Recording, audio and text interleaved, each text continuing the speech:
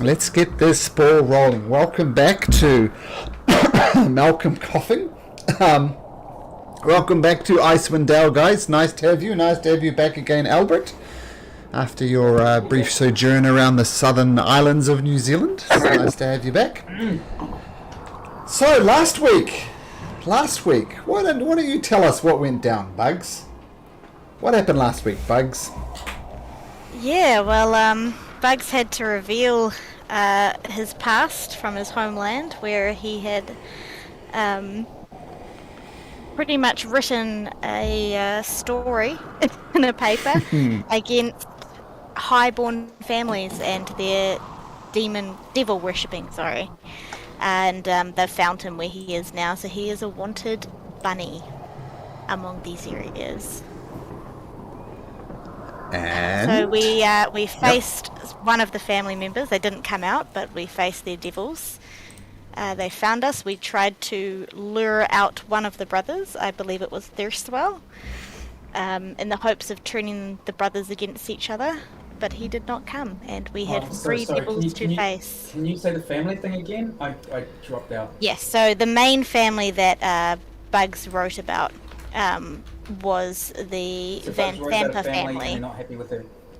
Yeah, he outed them as devil worshippers. Yep, That's all I and missed. so, Cool. yep, they want him dead. Thirstwell is in town, the eldest son, soon to be the future matriarch of the family, and he sent devils to attack and take Bugs. And he managed to just survive thanks to all of you. Well, not Cal. Well, Okay, Cal took Cal's- the killing blow, I believe, that would Yeah, he hit did him. sponge up a few things, yeah, for sure. Cal, But his sword or axe was not in it.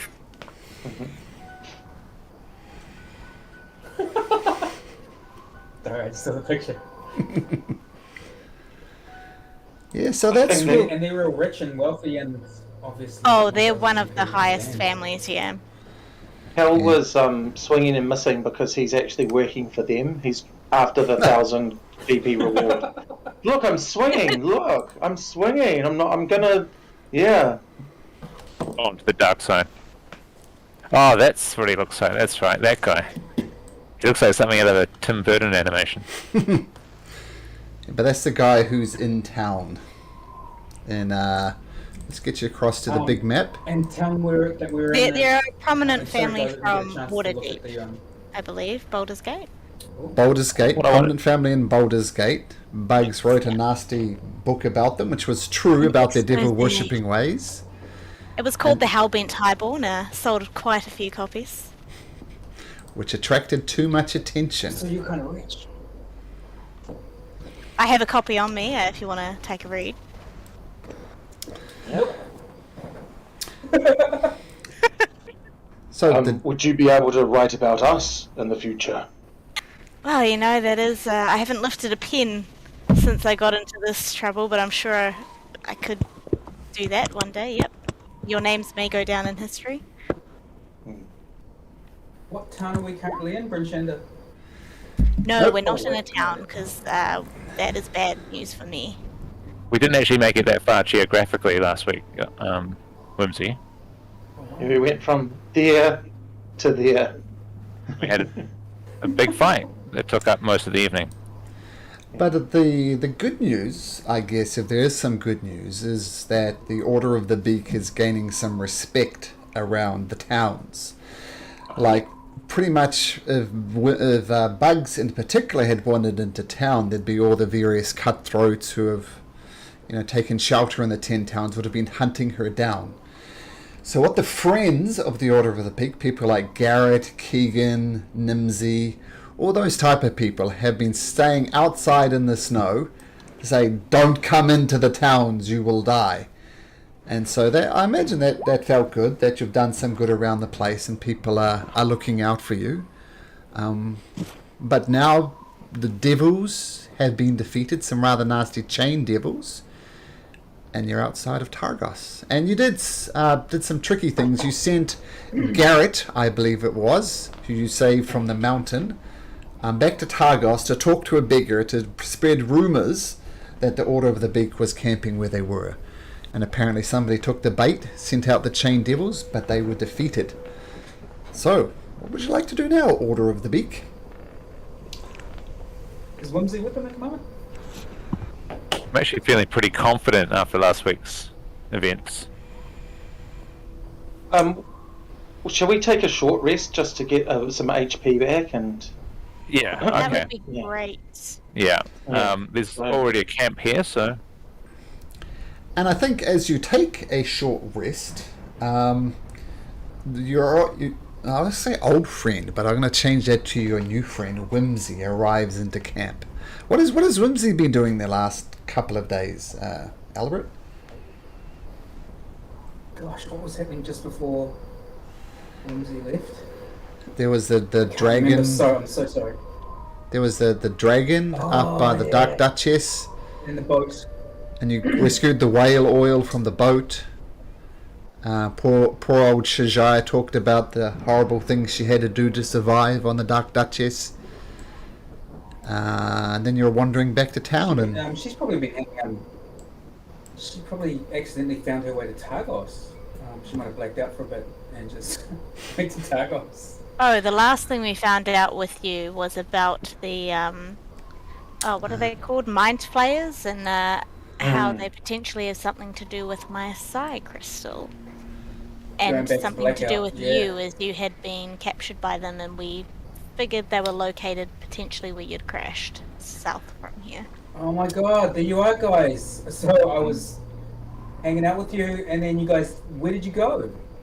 Where did you go? It's like that storm came up, and then I woke up face first in the snow again, and I had to find you guys. be honest, Whimsy, we didn't notice that your incessant talking had stopped. Oh god, you're so lucky I'm back. Yay. Now you get to enjoy it some more. you put your head down for a long rest, by the way, Bugsy, but the headaches come back, and they come back with a vengeance. So much so that you get no benefit from your short rest. just think. Do you need some healing, Bugsy, you look a bit tired. Bugsy? I feel very weak. Can I suggest that I do a cure wounds or two? That would be much appreciated. If you could target my head, that would be great. Okay. And so, Mother Muck puts his little spell focus right on your forehead. Throws one. Oh, it's not working. Maybe the psi crystal is in you. And then I'll do another one as well. Oof. Oof. Oh, these are terrible rolls. Do you need another one? My head is just pounding. I'm only 11 off, I think. Actually, I'll do one more. Shajaya will offer cool. to do one. Save some spell slots. Thank So you. Shajaya will, as soon as I get her spell sheet up, she too will cast Cure Wounds. Let's see if she can do any better. 9. Okay. I think we really need to. Physically, I feel a lot more restored. Thank you. I think we may need to deal with this psi crystal issue. If you I cannot don't even know. I rest think, I comfortably. think it can wait.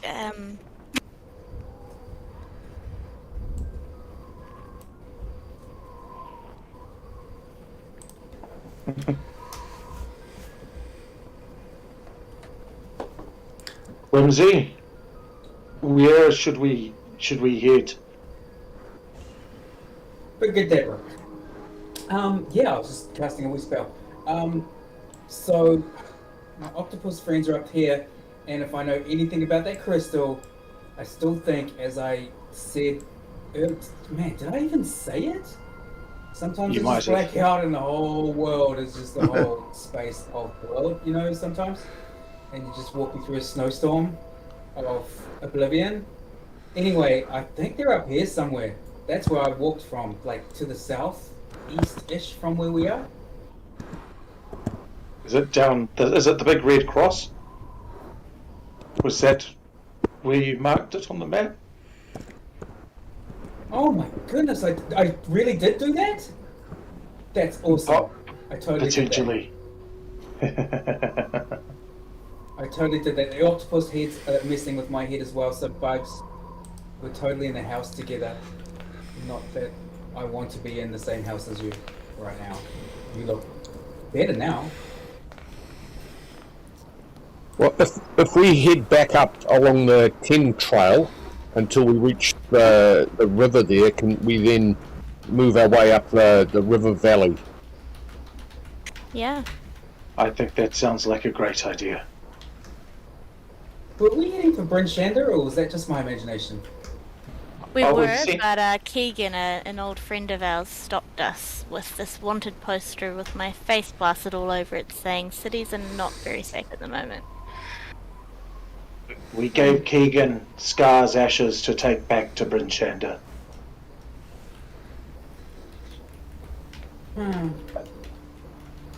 So are we going? Had no Scar, he sounds so hot. Are we going up that way? I thought we were heading south down the 10 trails down this way. Alright, okay. And Yeah. then we could track up the valley Follow searching the river. for the source of the psychic torment that plaguing poor bugs. It does seem prescient. Ha. Yeah. So cutting across to the 10 trails by the sounds of things and heading south, avoiding Bryn Shander for now at least? For now, Yes. at least. Yeah. Yes, thanks. Oh, so are we taking the road? We can take the road. I think we'll be fine with the road. I think the road, even if we find some bandits, the road may be potentially safer. I mean, the last time we cut cross country, we lost a party member. So, I think that it might be safer to go on the roads, cut across, then go along the roads. It's a pretty slim that we'll lose another party member. But yeah, okay, we'll go the roads. Okay, so cutting across to here, in other words, and then sticking to the trail as best you can. Hi ho. Yes, Okay. please. So, you mount up on your various axe beaks and you head south. Your axe beaks, they're naturally fast animals, and you start making good progress. Can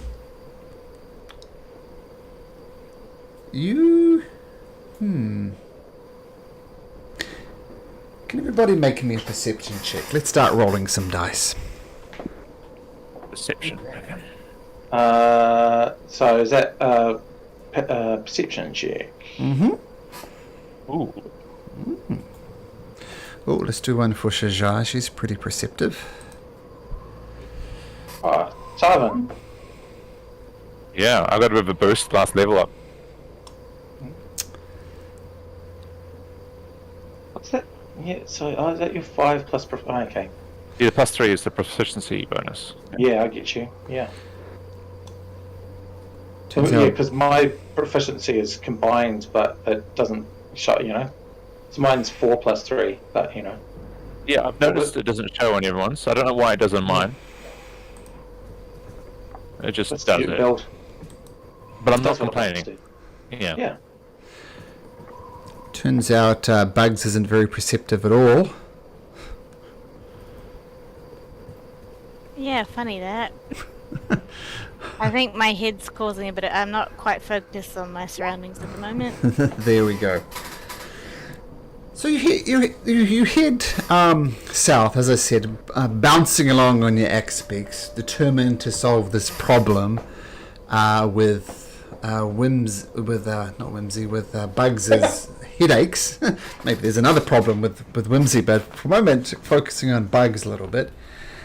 And you turn and Tarvin, everybody else is kind of worried about various things.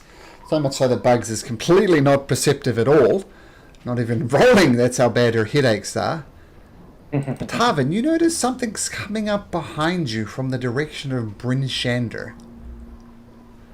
And you look behind, and maybe 500 feet or so back, you see a large carriage. Black, which makes it stand out from the snow even more. And you notice 2 horses pulling this carriage. And I'm going to say with your roll of 24, you notice there's no person sitting at the front of the carriage directing the horses. So the horses are, just doing what they're told. And they're galloping along, and they're approaching you fast. Tarvin, what do you do?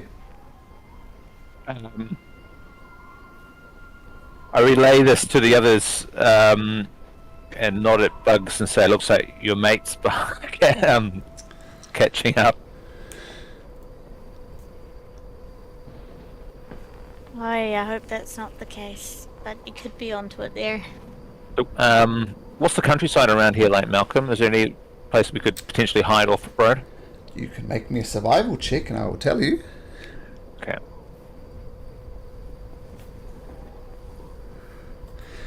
There is some. The snow kind of piles up around you. You could duck behind some piles of snow on either side of the path, if that's what you want to do. So you do. What does the find team feel? opportunities.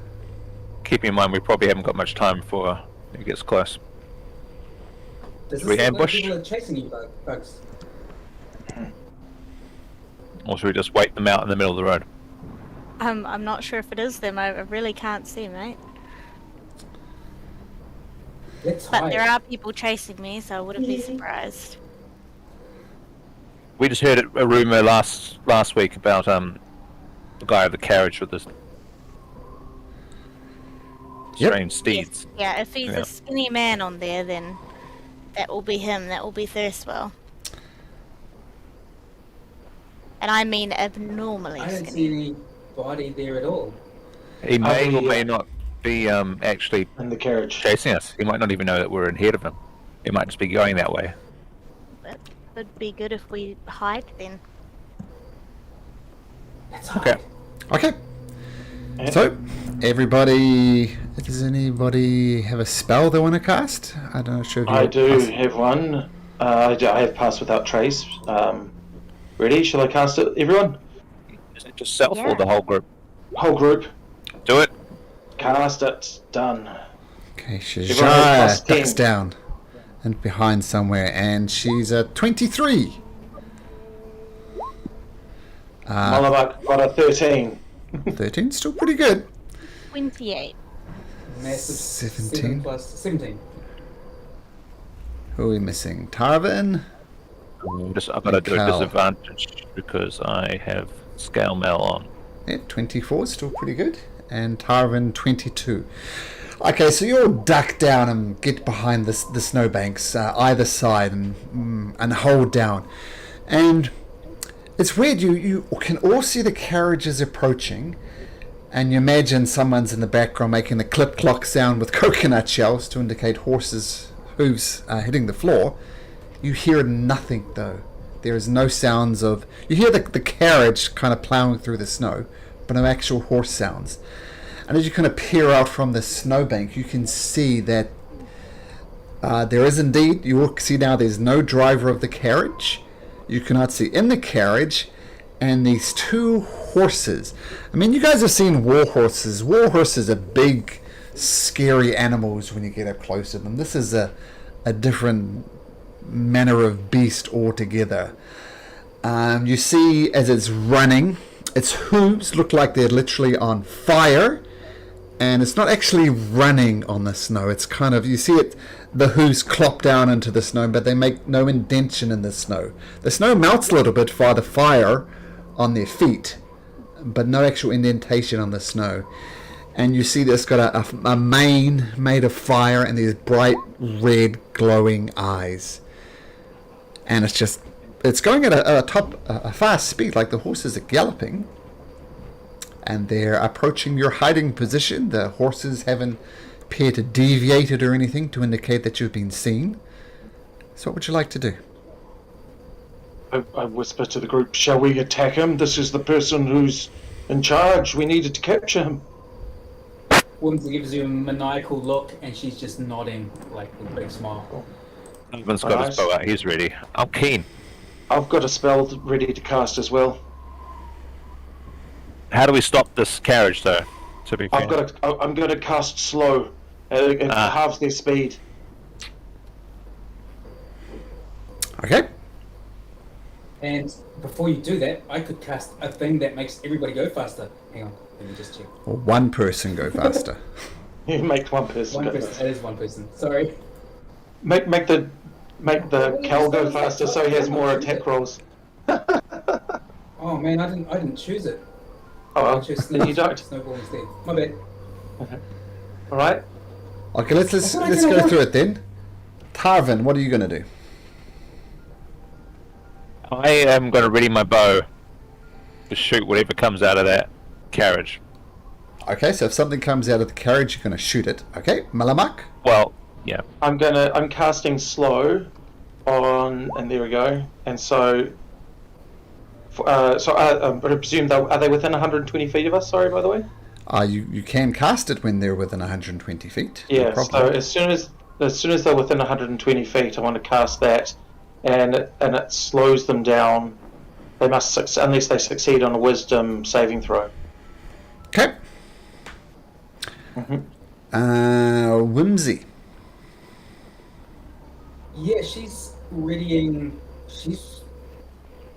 She knows that if things start happening, that she's suspecting if things start happening, that carriage will stop, and somebody might step out of it. So she's readying web the moment people start stepping out of it. Okay, cool. Cal? So how far from the road is our hiding place? Say 30 feet. Oh, okay. Well, that wasn't going to be much. Oh, okay. Well, I'm getting ready to toss one of my hand axes at these creatures that are pulling the cart along. The horse type things. Okay, and Bugsy? What are creatures? Yeah. Yeah, Bugs is also aiming his bow, ready to shoot once they get close enough. That's what they look like, by the way. And Bugs is going to get to shoot. Okay, so do you have to be able to see the target, Malamak, to slow them? Where does it say see? It normally says if you need to see them. It'll say in the spell description. Yeah, it says your alter time of 6 creatures of your choice. It doesn't say anywhere that I need to see them. Let's have a Look in the errata. So you alter timer onto 6. Let's check it.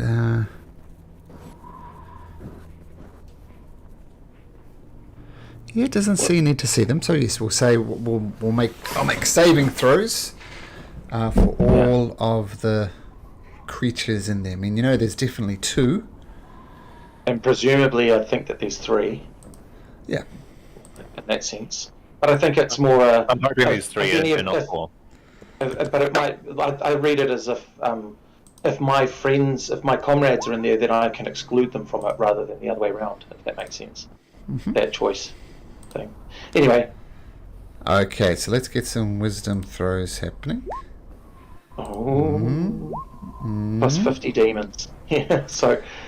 Sorry, guys. I can only do 4 of the 50 demons that are inside the carriage. I believe they're devils. Oh, devils. Yes, that's right. Sorry. It's important to distinguish between the 2. Oh, So, yes. Let me just check. Devils from Avernus, so the plane of fire as well. Mm-hmm. Okay, you see one of the horses slows down significantly, and the other horse is just furious and starts trying to pull the other horse along, but it can't move. Bugs, if you want to take a shot now, you can take a shot. Yep.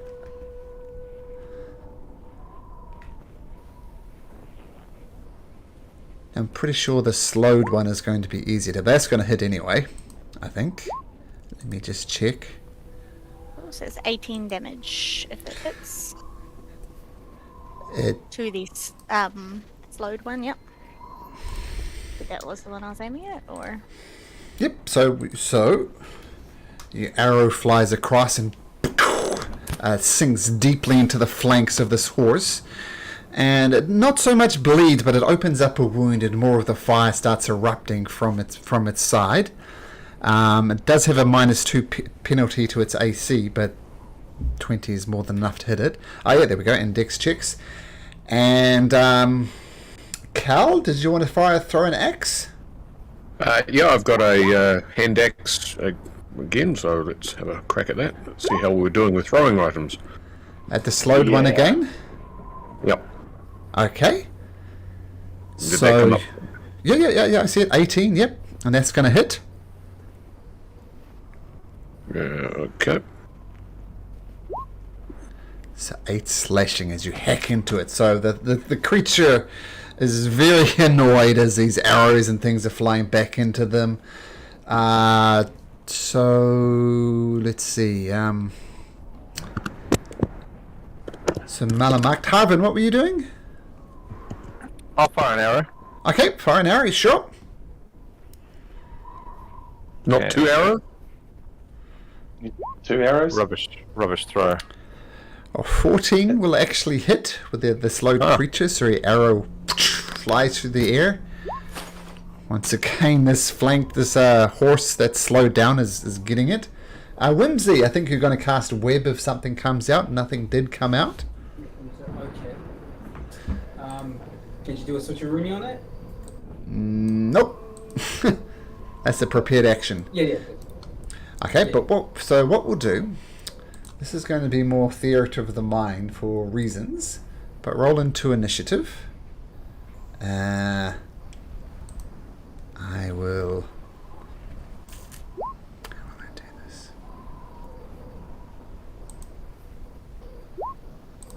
Ooh, Bugsy. What can I say? They're my nemesis. Doing it real time.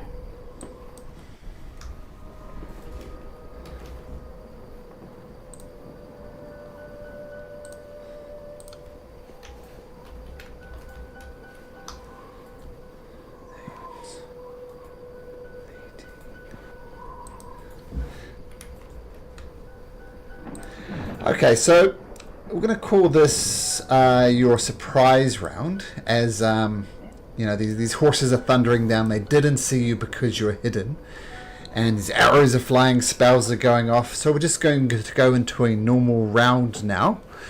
So Bugs, what would you like to do? I'm actually going to cast Bless on, I believe it's 3 people I can cast on. I'm just double checking. At first level, you can. That's 3 people. Yes, I will cast it on myself as one of them, just based on last time.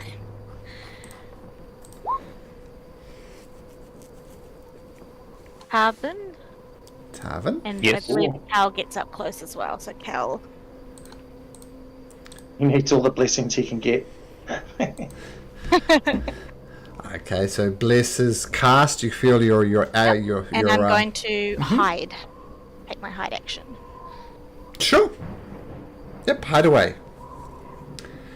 That's 27. Oh no, because I've cast slow, so we've lost the Oh, other right, one. okay, well, 17. Yeah. Oh, yes, okay. Yeah, that's a good point. But you are concentrating on slow. Okay, Tarvin.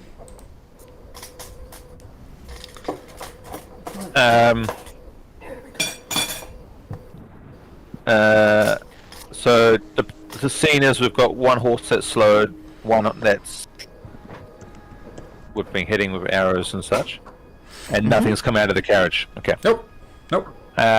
Well, I will fire another couple of arrows at to concentrate the fire on the same steed. Okay, yep. So I have Dread Ambusher, which means the first turn of combat I get an extra attack, I believe.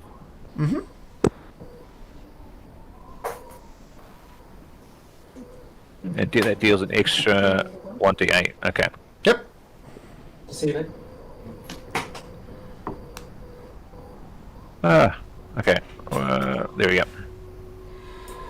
So that absolutely hits. Yep. So 10 points of piercing damage. Okay, this nightmarish steed is holding on. So many wounds on it, covered in fire. And the next one hits as well. And then I roll an 8-sided dice for damage, right? Alright. I would just roll your normal longbow damage and then do a d8 on top of that. It's the d8 then. Yep. Oh, wow. Okay, so another arrow hits into it. It is screaming. I mean, you've heard Hortman. It's definitely more of a scream than a whinny or anything like that just erupts from this horse. The horses stumble a little bit. Once again, one of them is furious that his partner is slowing it down. But then both of them leap up into the air. And they start dragging the carriage with it. And they soar up and up and up into the air till they were a full 90 feet up in the air. And you see... As the movement is halved for one of them? Oh, sure. So we'll say 45 feet up in the air as they struggle, but they do start climbing up into the air. Actually, can make another wisdom saving throw. What's your DC for slow? 15. Oh, 15. So it just makes it. So it'll happen at the end of its turn, though. So they still get 40 feet up in the air. And start going up into the air. You see on the side of the carriage, the carriage door actually opens, and you see what you definitely recognized as Thirstwell Van Thamper hanging out the side of the carriage. And he says, Bugs! Bugs and Bree!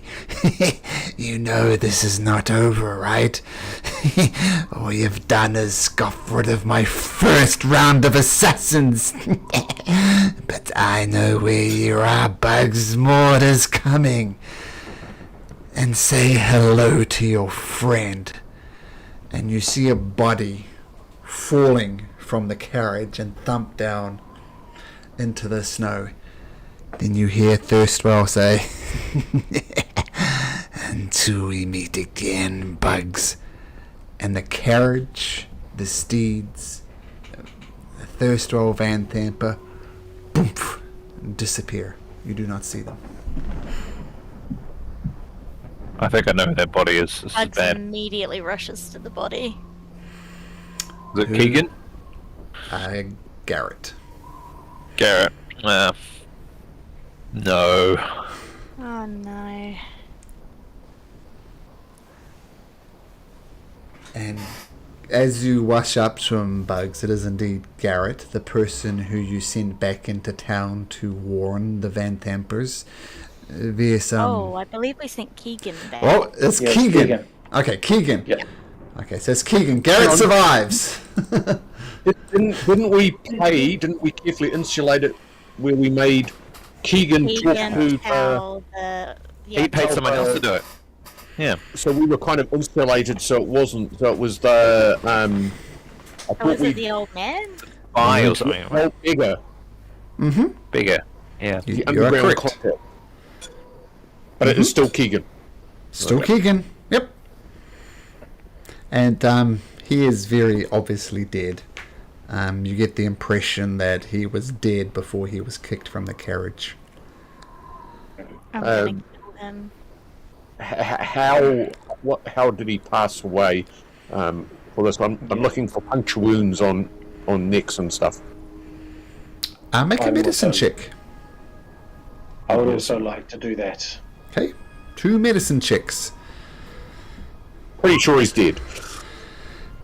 He's definitely dead, even with a 6. You do notice both of you notice lots of stab wounds, like could be from a sword, could be from a dagger, and you get the impression it was more of an overkill than needed to be. Like, one quick stab to the heart and that's pretty much it, but this is messy. And suspecting vampires from the teeth marks. Cal, you don't spot any. Malamark, you get a good close look at Keegan's neck. There are no puncture wounds there, implying a vampiric touch. But the stab wounds look like short swords, daggers. I'll say with a medicine 22, daggers. Yeah, and like any burn marks, like because knowing the devils that we faced up with, are there also anything like that indicates their sort of chains? With a 22 medicine, I'm going to say you're pretty sure it's just a mundane dagger. Okay, cool. I pass the information on. It was a showy kill. They did it for our benefit. Yeah, Bugs in just absolute anger is ready to run back. Like, he's already back, starting to run. He's peeved. But stop! The person you have to be angry at has just disappeared into the sky. That's what he wants us to do. He's baiting us. He's a dead man. Oh yes, I agree.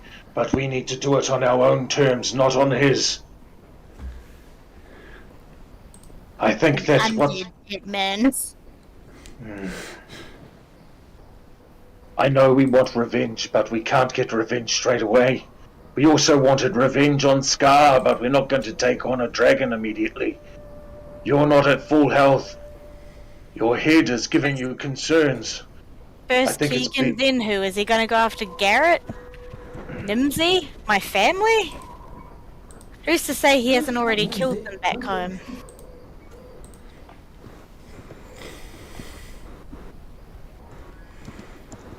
What use would it be if you were to die in the effort, though? You'd kill them anyway. Help it feel that if we had gone straight to Bryn Shander, we might have been able to stop this. Sorry, didn't mean to make the matter worse. I have this yummy carrot, and Whimsy's holding the orangest, freshest carrot you've ever seen on the planet. It's big, it looks juicy as hell. He can't help but be slightly tempted at the carrot. He does want to run off, but unfortunately pain in his head just stops him for a moment, and he comes to a little bit.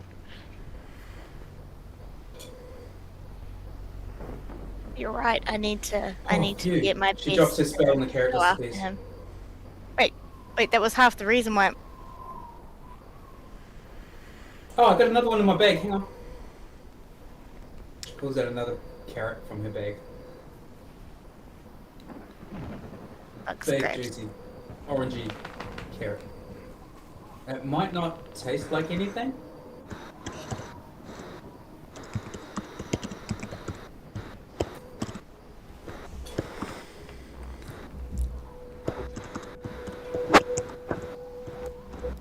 Yeah, no, shall we enjoy? You make a point. I need to be at my utmost best to go after him, but do I want to go after him? We all will. That's a cool thing.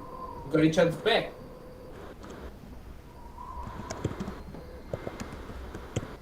Shall we move on? Octopus faces! Whimsy says. First of all, we've got this dead body to take care of. We Bury can't yourself leave in it here. octopus faces. We can't leave it here to be turned into one of O'Reilly's servants. And what about Garrett? Maybe he doesn't know yet. Maybe we need to tell him. Can I search for some sort of scrimshaw that will that Garrett would find, would know, of course, that it's Yeah, there's a rather sweet Higgins? pendant around his neck made from scrimshaw that looks like it's a picture of Keegan and Garrett kind of, embracing each other, kind of like a romantic necklace they've obviously made. Yeah, Well, so in terms of personal effects, that would definitely, Garrett would definitely recognise that. What we could do is that we could send one of the lesser known. We could either get Mimsy to go into Bryn Shander because Mimsy's not well known to be part of our party yet, to talk to Mary, and then Meriketh can take the information to Targos. Mimsy? You mean Whimsy? Whimsy. Sorry, yeah, Whimsy can do that and then go to Meriketh. Or if there's somebody still waiting outside of Bryn Shander, then we can pass the message on about Keegan's fall and death. Do you reckon we need to do that? From Bridgend? 30 minutes, half Like an hour. an hour or so from Bridgend? Not far. Less than an hour.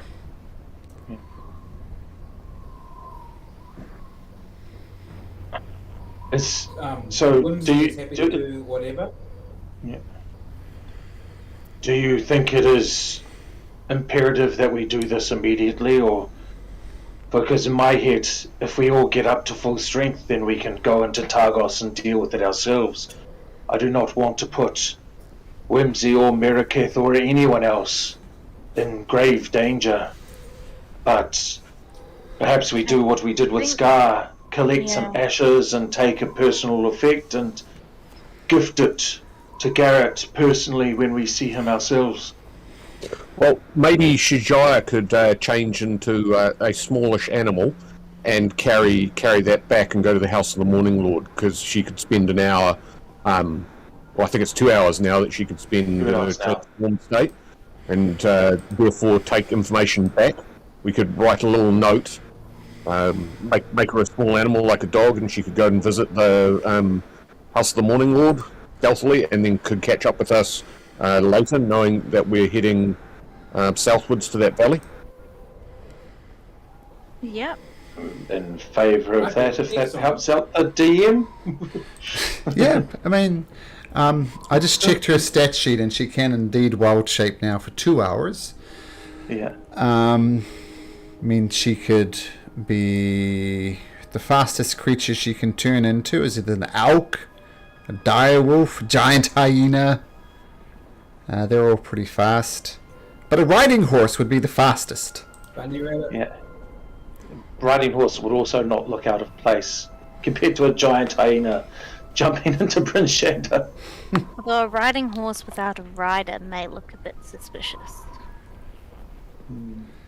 Shijaikan says she could change into a wild horse, get to Bryn Shander, change back into Shijaya, talk to the person at the House of the Morning Lord, re-wild shape into a riding horse, and catch up with you.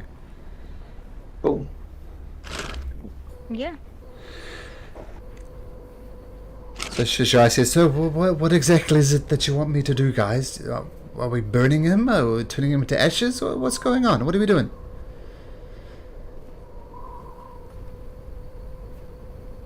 So that your identity doesn't get pulled out, I think it's best that we do turn him to ashes. Yes. If the body is seen going back, horse or not, you'll be identified as related to us. Okay. So, for the second time, you guys gather wood a little bit off the path, so any merchants or anything else travelling the path wouldn't see it. I imagine you place the body of Keegan on top of the pyre, having removed his necklace, showing him and Garrett in a warm embrace carved into this bone inside the scrimshaw.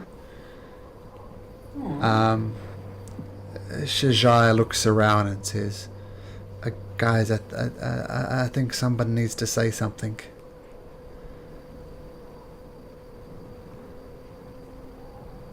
We are sorry to have brought you into our sphere.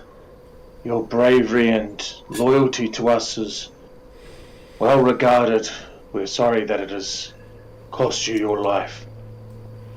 In saving your husbands, we've cost you yours, and for that we're deeply, deeply sorry.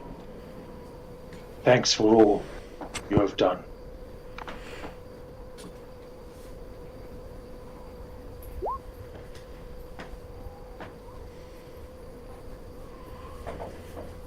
He casts produce flame onto the fire, help it burn higher and hotter. And Whimsy casts minor illusion to make it look like little stars are falling on top of the fire and escaping into the sky. Shajaya has tears streaming down her face, visibly upset, and she comes over to Big Bugs and says, Bugs, I know this is a cliche and all of this, but this falls firmly on the head of the vampires. It's not your fault, right? Bugs gives a little nod and a shrug, but deep down can't help but feel like it's his doing. Yeah. Don't worry, Bugs, we'll get the bastard. Oh, that we will. Poor Garrett. Poor Garrett indeed. Poor Garrett, who I hardly knew. This is Keegan. You haven't met but Garrett. You haven't Garrett met is the Garrett. one who's going to live without the husband. I know, but I'm talking to Whimsy because she's saying, poor Garrett that I barely knew. You haven't met Garrett, Whimsy. This is Keegan. Can't help it if everybody around here looks the same.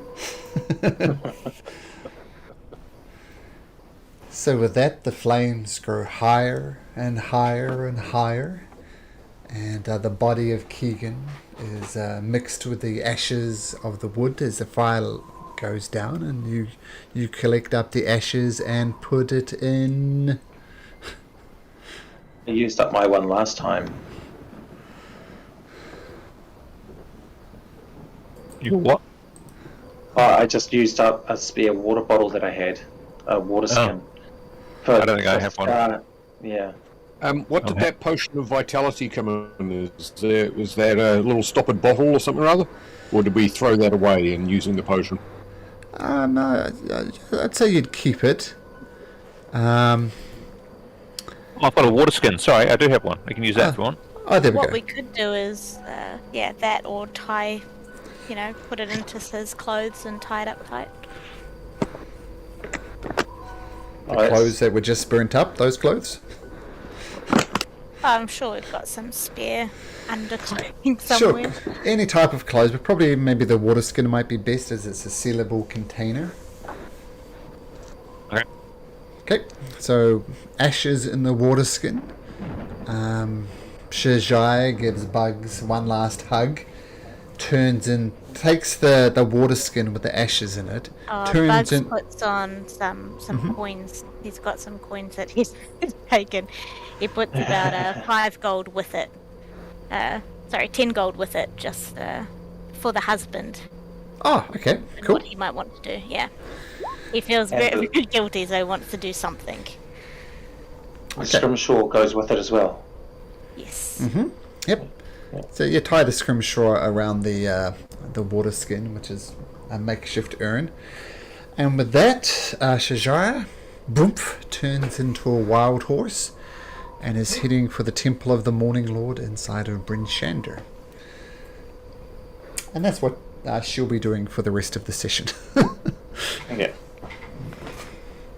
We've got to buy some urns when we next go into town. All right, just have about 5 spare. Yeah, that's our insurance. Life insurance earns.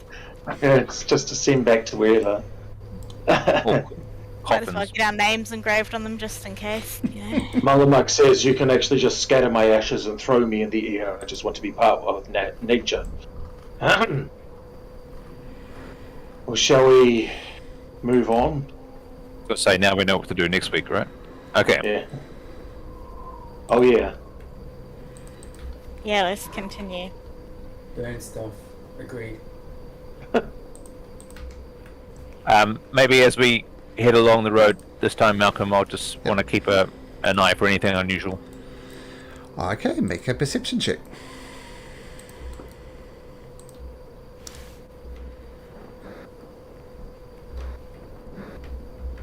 That's at a -2 because Whimsy keeps talking. Jokes. Okay, I mean, obviously you're particularly interested in any flying, nightmarish type creatures. You scan the horizon, you don't notice anything. You also don't notice a dragon, so this is all good news. Yeah, and you carry on along the path. Let me just check something. Okay, so as you head along the path, having lost someone else that was important to the group, someone who goes right back to the earliest days of the Order of the Beak with Keegan and Garrett and Calvin's cairn. But you head south on the 10 trail, eventually fording the Red Run River, which is not really running at all nowadays, frozen like the rest of Icewind Dale. And you get to this point here. Which way do you want to go? What do you want to do?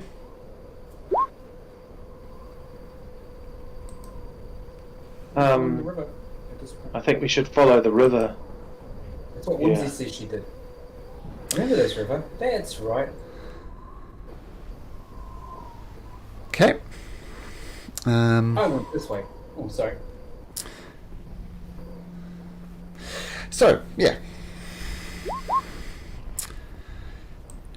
So, let me just check some stats here. Uh-oh. So, as you're forging through, I mean, it's not hard to walk along these rivers. I mean, you don't have to ford them, you just walk on top of them. They're very, very dense. And as you're walking along, you remember, Whimsy, how there were some other creatures on this ship other than yourself. And I've just lost this, just a sec. What?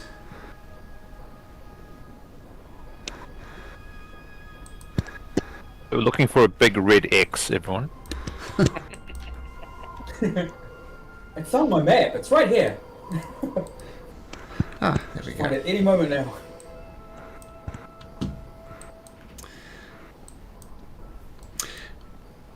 Okay, sorry.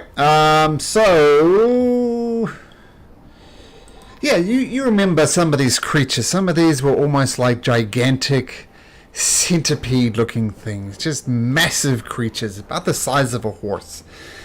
And you remember, like, them being captured, much like you were, by these otherworldly creatures.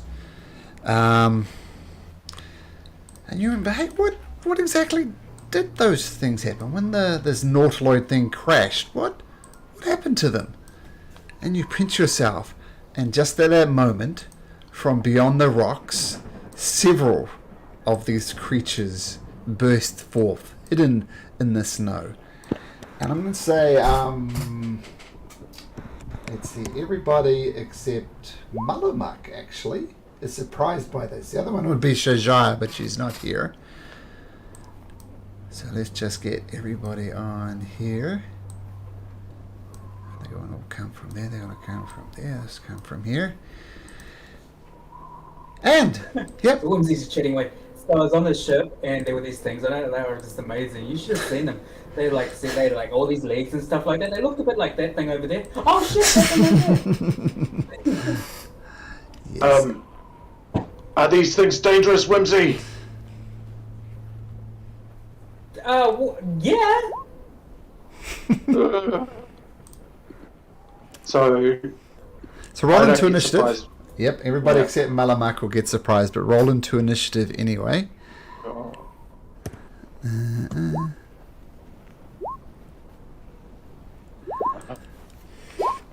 No. All right. Let's get into this. So these creatures were half buried in snow. You get the impression that they're kind of almost more at home, kind of underground almost. They're not underground, but they just burst forth from snow looking for these easy targets. Bugs, you look around, panic, not knowing what to do, but they've caught you flat-footed. Whimsy, you're too busy talking about these creatures and then you see them. Tarvin, you too are caught flat-footed, not knowing quite what to do. Maybe listening to Whimsy prattle on about them, but Malamak, you get to act. You see these creatures just in time as they emerge from the snow. What do you do? I think I'm going to. So they look. Did you say they look at home in the snow? Well, more like they were under the snow and they've burst forth from the snow. That's Okay. whatever I was trying to say. That's what I meant to say. Okay, cool. I think I'm going to throw some fire at them. I'll produce flame, and I think I'm going to throw some fire at this one here, if that makes sense. Top left. Sure. Yep. So, 23. So 23 absolutely hits as the fire shoots across, crashes into this creature And it's 2d8 for a 3. for 3 points of damage. Let me check. Okay, Just so singed them.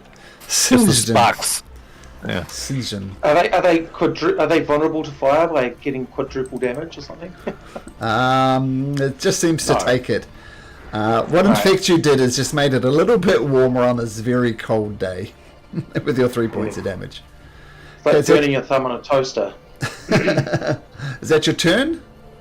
And I've moved over to where Cal is over here. That Oh, makes okay, sense. cool.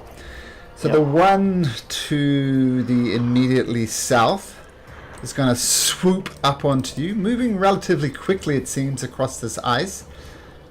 And it's going to, first of all, one of those tentacles around its face is going to lash out at you, rolls a natural 1, so you easily dodge it. You don't even have to move. Then it gets a noise and opens this mouth with drool and gunk just dripping down, tries to bite into you, and rolls a 19 this time, Tarvin, which I imagine will hit, and you take 6 points of piercing damage. This thing bites into you, gets back, and it's going to go in for another attack on its turn. This one, actually, Cow says just there, it was slightly Whimsy, Bugs. Okay, so this one comes out from behind this pillar on the ground, Cal. Oh, and actually, you didn't see us coming. This will be at advantage. I didn't do that for Tarvin, but I'll do it for this round. So tentacles come out, bites come out. And what's your armor class, Cal? 19? 19. Okay, so the tentacles sink into you, and you take 4 points of poison damage. And can I have resistance against poison. As a dwarf. Okay, so the good news is you take 2 points of poison damage and you don't need to make a saving throw. But the bite also hits and does 10 points of damage as it bites into you with its nasty teeth. Cal, you get back to your senses just in time, but not enough to attack, and the carrion crawler to the north of Bugs comes out. She climbs over top of the rocks and pounces down from above, tentacles blaring, flashing out all over the place. Hits with a 27 against Bugs. So Bugs, can you take 6 points of poison damage, and can you make me a con saving throw, please? So 6 poison and a con saving throw. So as these tentacles lash around your body, you feel poison start pumping into you, Bugs, but you push it off, no damage done. Then it comes at you with a bite attack once its tentacles have released, and the bite will also hit for another 9 points of piercing damage as these things are just going to town on you. Whimsy, you've seen these creatures before. What do you do? Is there anything she remembers about these creatures in particular? Make a general intelligence check. I'll tell you if you learned anything about them.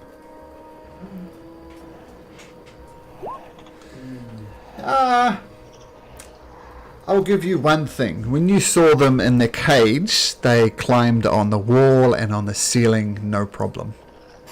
Like a spider. They have no problem being upside down. So that's what you remember, Whimsy. These things have lots of legs, eh? Yep. Okay. Let's try and take the legs out and see what happens. Despite the spidery stuff she knows, she's going to have a crack at a web so they can stick to the ceiling. Can they operate without legs? So she's going to move away a bit first.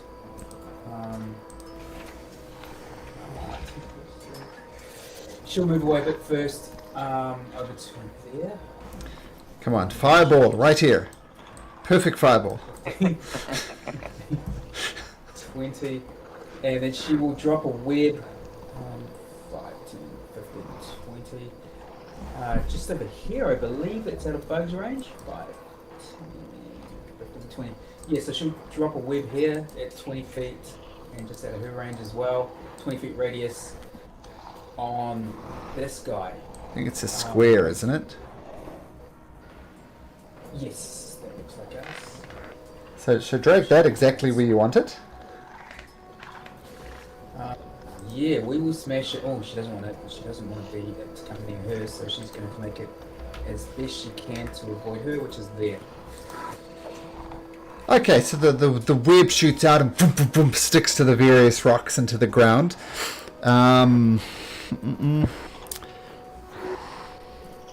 Okay, so nothing will technically happen yet. It'll happen on the creature's turn. So we'll resolve the web when it comes around to its turn, Whimsy. Take a little shuffle, okay? She's looking at one in the middle. She'll shuffle over there, yeah. Okay, so cool. The web shoots out. We'll get to that in a second. Bugs, you're right next to this thing as web erupts around it. You're not quite sure if it's held in the web or not, but it is your turn. Yeah, I'm going to attack it with some rapiers. Okay. A 16. Don't get stuck in the web, bugs. The 16 will hit. Yep. And 10 And that points. one will not. I don't know why it went twice. No. Oh, so that's your attacks. That's not your damage. Oh, there's your damage. No sneak attack damage, though, unfortunately. But you do stick your rapier into this filthy beast. And it takes 11 points of damage. Oh, and then I'm going to do a rabbit hop, which takes me 15 feet without, attack on me. 15 up over there. Okay, nice. Stab it. Bounce out the way. It's looking furious. We'll see if it gets out of its web in a second. Tarvin, kind of these creatures all around you. What do you do? Well, I don't have much choice, but I've got 2 short swords I'd like to attack this carrion crawler with. Of course, with my dread ambush, that means I get 3 attacks. Okay. Okay, so here's the first one. 20 hits. So 8 points of damage as you hack into it. And this is the second sword. Yep. Okay, so this -4, so 5. 5, so far it's 13. Okay. And your third one? Oh, rubbish. Oh, yeah, I'll give you one of these. Okay, but still. Okay. Carve into it twice. It's looking hurt, damaged, upset. Is that the end of your turn, Tarvin? Yeah, I'm not moving. Okay, cool. Malamak. Yeah, I'm thinking that I'm going to keep on firing at this guy over here, actually, I think. And so I'm going to do another fireball, not fireball, sorry, Produce flames? Produce flames at him. Okay. He's caught in the web. I know, but I'm trying to. There you go, 22. 22 hits. Oh my god. Wow. So 2 points of damage. Okay. The webs do in fact burn. Oh, it's not flammable. I learnt that off Sherlock Holmes. No, because someone said that the webs catch on fire, but they're not flammable. This is what it says in the web spell. Oh, okay. Sorry, Whimsy. Well, it only burns a 5-foot portion of the flame of the thing, and this is a much bigger than 5 foot. So you can roll an extra 2d4 on that if you like, Malamak. Really sorry. You've done extra burny damage. Yeah. So Oh, does it do extra burny damage? Yeah. 2d4, Oh, wow. extra 2d4 Yeah. on top of whatever you got before. yeah. Wait, I didn't read that far. I was just stopped in embarrassment. 1, 2, roll. 6. 6. Okay, so it burns for another 6. So it doesn't burn away all of the web, just a particular portion of it. But we'll get to Just it. reading this, is it like sort of a 5-foot radius as a big thing? Is it touching 4 5-foot cube parts? It is, and one of the 5-foot cubes isn't there anymore. It says any 5-foot cube of webs exposed to the fire burns away in 1 round. So are you saying that only one is it? Yeah. Sorry, just yeah, cool. So if we'll say like this portion here. Oh, it's a This bad portion colour. here. Oh, right, whatever. Oh, yeah. A 5-foot portion of it. Pretty sure you hit over here. Yeah, well, you'd have to be around the carrying crawler. But anyway, a little bit of web bends around there. I'll adjust the difficulty class appropriately. And assuming that's your Sorry. turn, Malamak. Yeah, I'm just going to stay there as well. Okay. I'm going to say this creature really doesn't like you casting flames. It's going to come up to you, attack with its tentacles, roll a 27 against you, Malamak. Oh, that hits. Doing a total of 4 poison, and make me a Constitution saving throw. Constitution saving throw. Where are the saving throws? Here we go. Did it come through? That is not good enough. So you see this creature wrap around these tentacles around Malamak. Malamak, you feel your body instantly freeze up and you fall to the ground with a thump. And you can see Malamak's eyes darting around, but his body itself is rock solid. And the carrion crawler lets out a little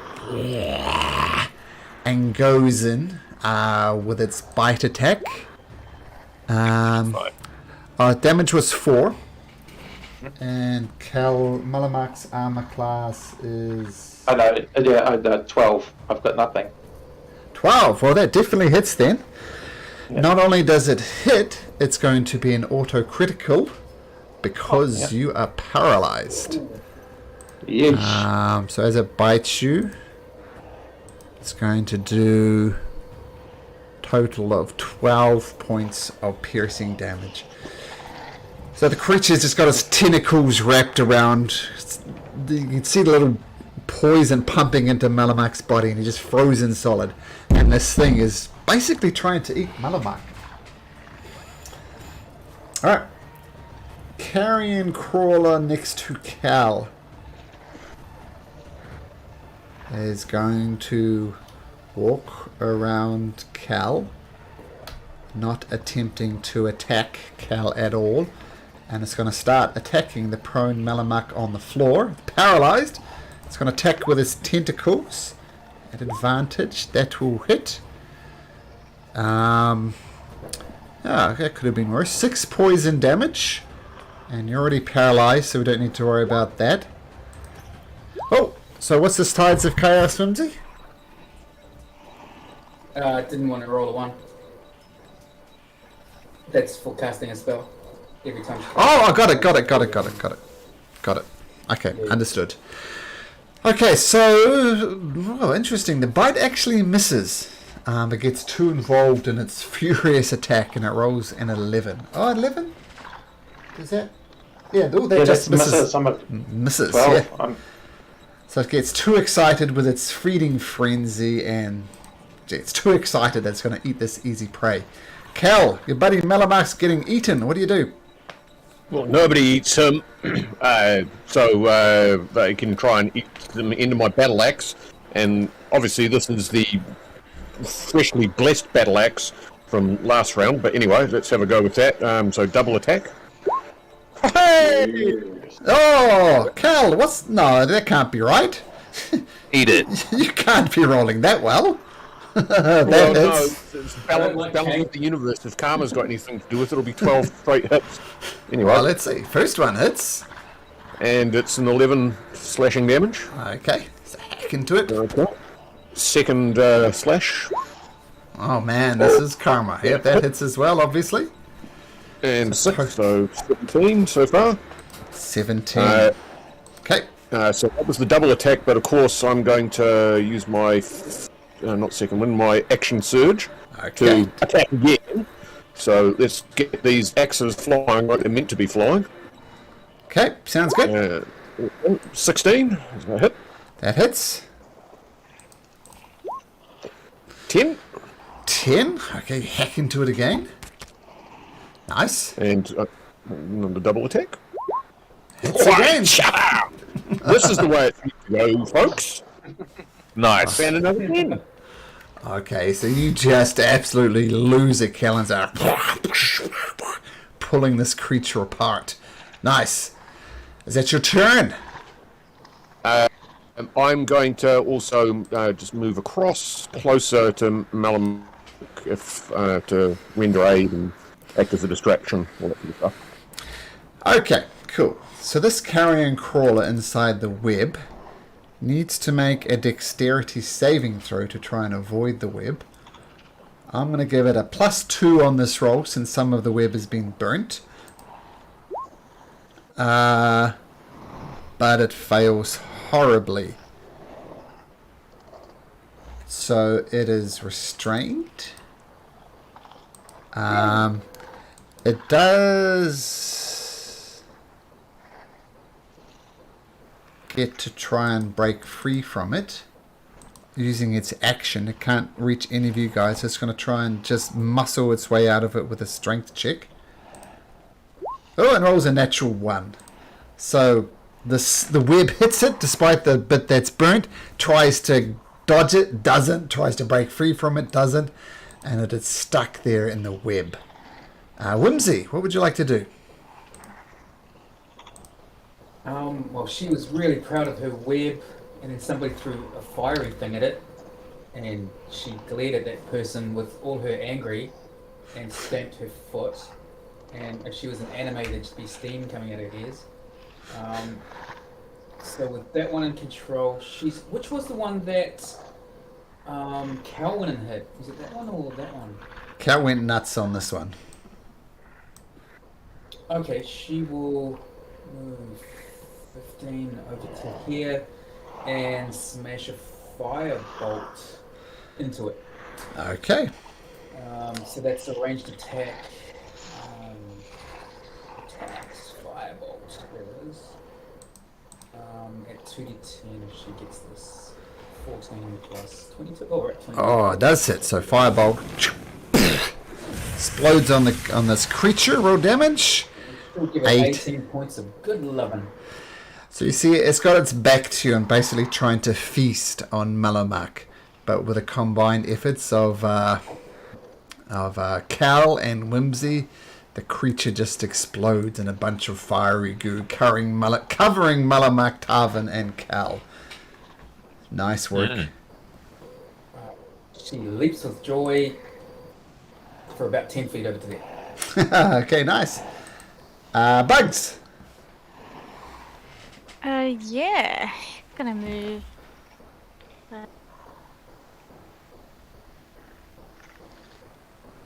Gonna come attack this one here. Nice. A little sneaky stabby attack, I imagine. Oh yeah.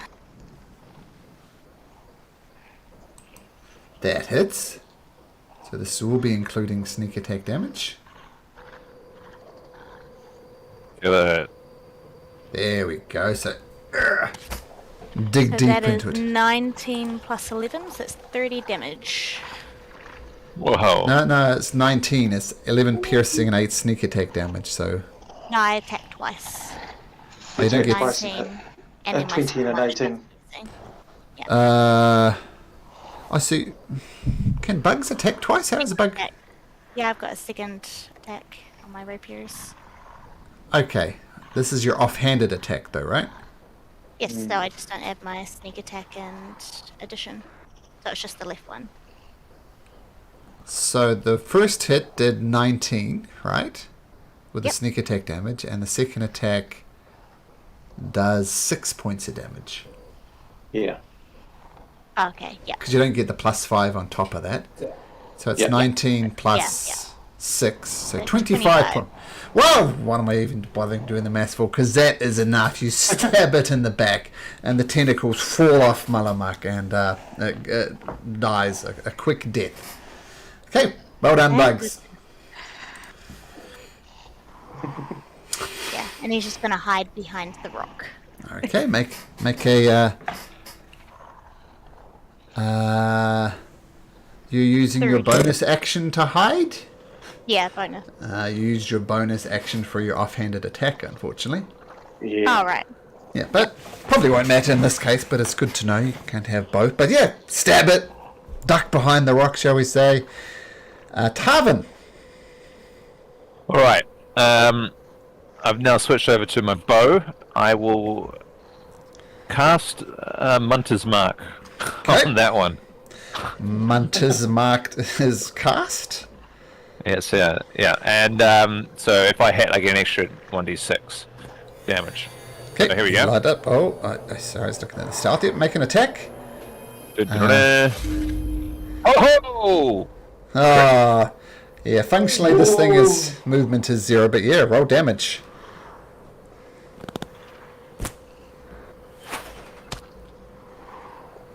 Is that right for the damage? No, roll another d8, Tarvin.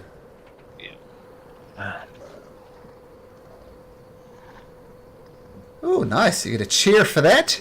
As you do a total of 19 points of damage. Nice. Plus 4. Plus 4, 23 points of damage. Even better. Wow, that's a fantastic shot as an arrow flies through. Pew, boom, and the creature is just screaming and roaring in pain as it's restrained inside of this. Malamak. Yeah. You're still technically paralyzed, so make me another Constitution saving throw. Constitution saving throw. This will happen at the end of your turn, and you're still not moving on the ground. So that'll be your turn. He tries to reach out for Bugs to sort of communicate his thanks, but he can't initiate the Psycrystal at all. He just sits there blankly staring. Yeah, you're fully aware of what's going on, but cannot move a Yeah. muscle. Except for your eyes, because that's fun. Cal. Oh, yeah. Well, I don't think I'm going to be able to get particularly close, but 25, that puts me there. And I will toss a hand axe. Okay. 21, 2, 3, 4. It's just on the 20, so that's... Nice. Straight roll. Hand axe. That hits. Well, Cal, this is the opposite to last week. And 5 slashing. Okay, the creature is screaming and roaring out in pain, but it's just holding on. And it's going to make, assuming that's your turn, and tries to break free of the web once again, but fails dismally. Whimsy. Looks like this thing is ready to be finished off. What do you do? She's going to use another firebolt on it. Okay. So she will move 5, 10, 15 just cause and flame up the firebolt. Here we go. Fingers crossed. Ooh, 13. 13 does hit. Oh, And you can roll an extra 2d4 on top of that as a web catches fire. There's the initial. And another 2d4 coming up right there. Ooh, not Another the 2 best. points of mighty damage. Regardless, how would you like to do it, Whimsy? How do you finish off this last one? She's just looking at the flames and screaming with absolute joy as the whole thing goes up, and she even fires another firebolt at that area of the web, and in that area of the web, and in that area of the web, and in that area of the web. And then she realizes that everybody's looking at her, and she blushes a little, and just smiles and goes all petite. Okay, so yeah, this thing is the second cremation of the day. There's not much left of this carrion crawler after that attack. Yeah, and 6 guns blazing on that one. yeah, one thing to note, Whimsy, the sound you're hearing, not Whimsy, sorry, Bugs, the sound you're hearing on your head is getting louder and louder by the second. Now this kind of came up in the art for these carrion crawlers, but if you look behind this art here, this is what you see. So behind the carrion crawlers, you see this ship, and there's almost an eerie glow around this ominous-looking things. Looks like a cephalopod with slimy, ropey tentacles as thick as tree trunks that have tried and failed to bury its immense bulk in the snow. So, and this is indeed the thing that you escaped from, Mimsy. What would you like to do? I thought there was another carrion crawler. Holy moly. Yeah. Yeah. I was looking behind us and I was like, oh, it just That looks like what? snowdrifts. You're not sure what he's talking about. Okay, that's a ship. Does she remember how she got out of, like, was there a door that she got out of, or a hole in the ship, or When that she could talk to the others about? Yeah, well, what you remember, you were captured. From what you understand, you don't recognize this land at all. It's been in none of your geography textbooks that you've been studying, so it's completely foreign to you. It crashed for some reason. You don't know why it crashed.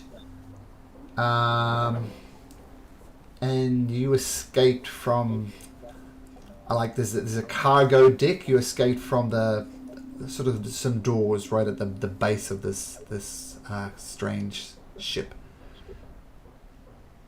And that's all you know, because you're captured and you're put in this place.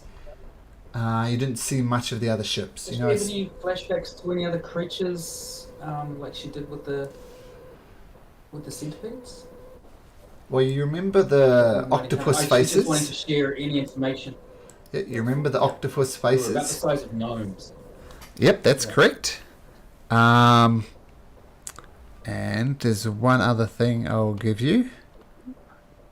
How about Bugsy size? You also remember this gigantic creature that standing maybe 8 foot tall that didn't say a word and looks like it was made together of miscellaneous bits of bodies. Like it's got 2 arms, but the arms come from different creatures. And its legs, one has an 8-toed leg, other one has a 2-toed leg, and they're obviously from some really weird creature. So this looks, Frankenstein would be a good description of it. Just carved together from other bits and pieces. Whimsy explains it as an experiment that these little weirdos must have been doing. That's how she explains it. Like it had this, that, and the other, and another thing over here, and then I didn't even know what that thing was. But the door was in the bottom of the ship, and I got out of that. There were some other holes in it, I think, but it might have been my imagination. It's kind of unclear at times. Like, remember that time where I was talking and that storm came up, and then you guys disappeared, and it took me 2 days to find you? Yeah, like that.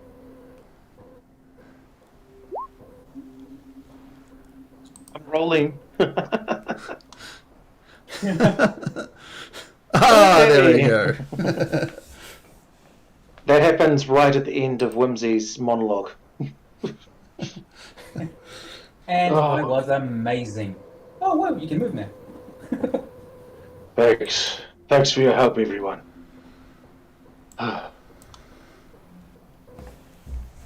Bugs, you're looking unwell.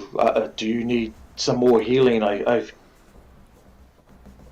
can help, but I'm running low on spells feeling the myself. best. But I'm feeling weaker in my mind as we get closer to this thing. Oh, and in answer to your question, it was probably totally an accident. That little question that you put in my head, just through your little crystal there, probably totally an accident. Why would you want to leave me? Do you get spell slots back after a short rest? I've already grabbed them back. I'm Some- asking for myself. Do you? I do as a druid. I don't know if you do as a ranger. No, I do as a specific type of don't. druid. No, Ranger, you do not get your spell slots back. Being a long rest. And what about the 10 HP that we is it a blessing or something? Is that Yeah, just a we long get rest as that well? Long After a rest. long rest. Yeah. Long So rest, yeah, okay. Reset every long rest. Okay, gotcha. All right, sounds like I need a long rest, but we can't. We're pretty close to a giant cephalopod. All right. Cephalopod, that's what they called it. Definitely. Well, see, I'm pretty low on spells too.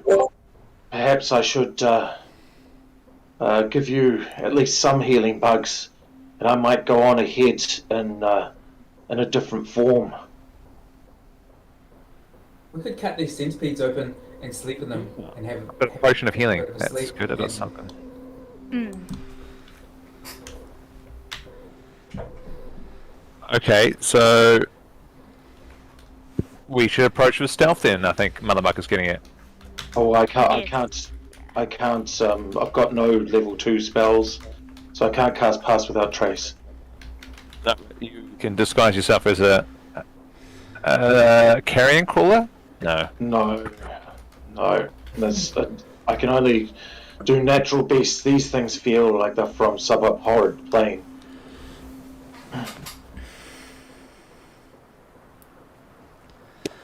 My preference would be to go, rather than something stealthy because it's something small, my preference would be to go for something that can attack. Bear. I've got, I think, a wolf, a warhorse, an elk, or an axe-beak, even. I think that my best attacking option would be a warhorse, believe it or not. You can turn into an X-Beak though for the future. You never know when we might need to, get a ride into town. The horses are a little bit more speedy anyway, though. Okay. I'll be happy to turn into a horse and have one of you ride me, someone who might need more mobility. Dwarf? I can do this thing, and Whimsy turns into one of those little gnome creatures. Although her clothes are the same, I assume. Oh, not gnome creatures, but an octopus face. Look at me! And then she turns back into Whimsy. That's the thing I do. I have a suspicion that disguise spells won't work on whoever we're about to approach. Damn. I don't know that for sure, but these guys seem like they're all up inside your head.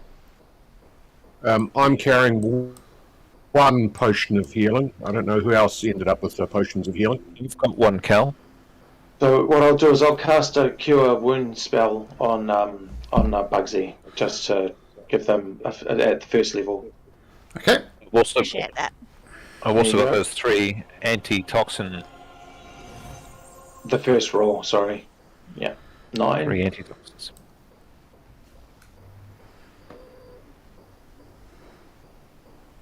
So I'm out of first and seconds. I've got 1 third level spell left. Oof. That's okay. Whimsy has a 5th level feel good with nice words spell, which she casts. Hoping that it would make Bugsy feel better at least. Emotionally. Oh, that takes me back up to 30, I think. Told you.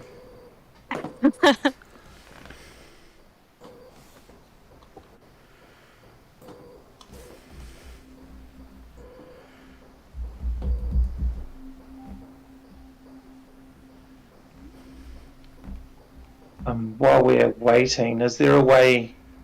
Oh no, doesn't matter. I'll ask you when at another time, Malcolm. Okay. Serious. No, it's not mysterious. It's just a Roll20 thing. I'll just write it in here rather than talk about it. Alright, Are we going? Yeah. Stealth. No, it's that way. If we're going in stealthily, I think it'll have to be the pair of you going in first, and then us, like with a dwarf, right, like a dwarf on a horse, ready to charge in at a moment's notice. How does that sound? Dwarf on a horse is not stealthy. I know, but like that's My stealthy options have one or two Stealthy hit. horse as well? Yeah. No. Let's just go for it. I don't think we need to stealth. We won't stealth. Cool. What do you think? Well, in which case, Yeah. All right. Let's just go. Yeah. let's just go. I think in. they either already know we're here, or probably would see us anyway. I don't know. I'm not sure. Sense us, something to say. I just noticing how Bugs is reacting, and she's guessing through her sorcererish knowledge that it may have something to do with the crystal on Bugs's head. Whimsy will take a look at the own crystal, secretly take a look at the crystal that she's carrying to see if it's doing anything different now that she's closer to the ship. Is there anything that she notes different about it? There's no noticeable difference to the crystal embedded in Bugs's forehead. It's just there, like a really bad piercing or something. It's just sitting there. Sorry, Whimsy was more looking at the crystal she was carrying. And the crystal that you've been using for warmth in the wilderness is not changed in any way that you can notice. It's just giving off the slight warmth, which helps you get warm. But apart from that, nope. Oh, phew. Okay, cool. She was just a little worried.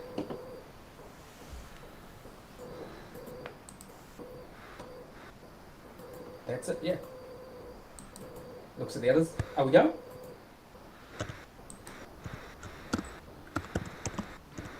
Well, how are you going? You're just wandering up to the ship? Let's go for sneak stealth. up to the ship. I only say that. Yeah. Yeah, because there's so many already. 3 of those creatures, like there were lots more creatures like that, and like the big weirdo thing that I just told you about. So we don't want to be creeped up on again. Yeah. Yeah, we got creeped up on. I agree. I've changed my mind. Let's stealth. Just it couldn't hurt. Shajaya rolls a 20, which is nice. Huh. She's with us again. Yes. Oh, okay. Okay, I'll just do it as my character. 10. It's terrible. Yeah. No, I got a 10. Oh And so my did you. goodness. Oh, whimsy. I got a mighty 1. You're saying, I'm so stealthy! You cannot see me! Guys, everybody just be quiet. Would you all be quiet? Goodness, you're so loud. It's like you just don't know how to be quiet or something. Okay. Okay, so you sneak, I'm going to put in quote marks, up to the outside of this weird cephalopod type creature. And this is what you see. Shush, guys, shush. While it's a limitation of Roll20, you can see that this... how could I show that? Let me just try some jiggery pokery here. No, it's not going to let me. So you can see the back end of the ship. It's exposed. You see a frozen ballista at the back of it and some doors about here. In fact, I'm doing it this way. You know, all actually aren't here. You're actually outside of the ship, but this is what you see. That area is just open plan. So this double doors here would go into the ship itself. And you're not actually there. It's just the easiest way for me to show you it. Yeah. And you crunch through the snow, fall over a couple of times, whimsies, perhaps talking too much. You do not notice anybody rushing out. No. So for whatever reason, you don't notice anything being attracted by your poor efforts at stealth.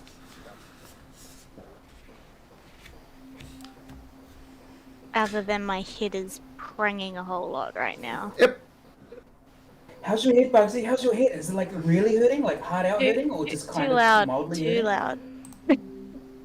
What? Oh, okay. I'll try to keep it really quiet. Guys, be quiet. Far out.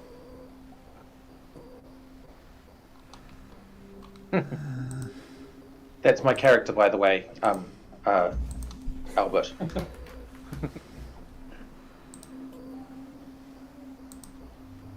Bugsy's trying to not concentrate. Everybody be quiet. Okay, so we open the double doors. We're not up there though. We're outside, Should aren't we see we? if can point that. We we're can not go up there. Yeah. Right.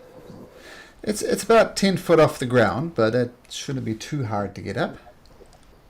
And Yeah, you do okay. notice this is frozen, so it would take some work to get this ballista to be operational. It's frozen solid.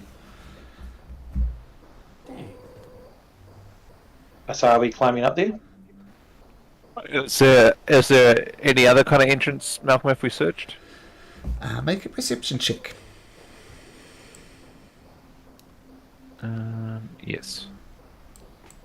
They're getting steadily worse. You have a quick skirt when you're on the ground. You look around the thing and looking for any type of windows, any other entrances for that matter, and you do notice with a 17 that there's no actual windows. Actually, I'm going to do it this way. This will explain it a bit better. So, if you have a look at roll 20, oops. Oh, you get double the pictures. So right now you're on the bottom level there, just below the cargo hold. Now you do see a door right up the top there. See on the command deck, there's another exposed door up the very top of the ship. What am I looking at? I can't see What are anything. we- Yeah. And roll Oh, 20. Discord. Discord. Oh, cool. Might have said roll Discord, 20. right. Oh, this cool. Yeah. Ah, okay. sorry. Sorry, I got you my now. apologies. Yeah, so you're right on the cargo deck. I can't really ping the picture there, but you're outside the Yeah. cargo deck where the double doors are. And you see that white line on the command deck? There is another door up there. And is that like another 20 feet or so higher, or Maybe 50 feet up to there. 50 feet? Oh, well. Oh, 45 feet, actually. 45 feet. They've described it for Good me. So guess. 45 feet up to the top there. But if you get up to that command deck, there's a door you could enter through there. I wonder if they call it the cargo deck because that's where they keep all the beings that they kidnap. Mimsy would point out she's never been to the battle deck. She's never been to the command deck. She just pretty much stayed in the cargo deck her entire time when she was captured. Yeah. Okay, Whimsy, thanks for that. So I'm trying to bring the picture up. I can't bring the picture. I think we should probably enter through the cargo. We don't know it's a cargo deck, but this bottom deck that we can see, the easiest to reach. That's Tarvin's, though. Yeah, plus we have someone who knows the way in that area, right? Supposedly, or we could just The other ones we're a bit blind to at the moment. follow your head, Bugs. Whenever it gets louder, we know we're getting closer.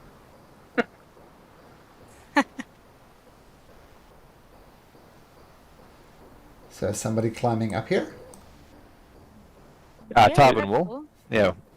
Tarvin and was that Bugs as well? Yep. Okay, so I'll just take everybody Hippity else hop. off there for now. So Tarvin and Bugs. Tarvin and Bugs, just make me an athletics check. Or acrobatics, your choice. Bugs, do a somersault, land on top gracefully. Tarvin following suit. You both land gracefully up the top here. I'm just going to tie my rope around that iced machine and drop it down That's to awesome. the others. Sure. What's it called? A Ballista. ballista. Yeah. So there's a rope dangling down from there. Make a survival check, Bugs.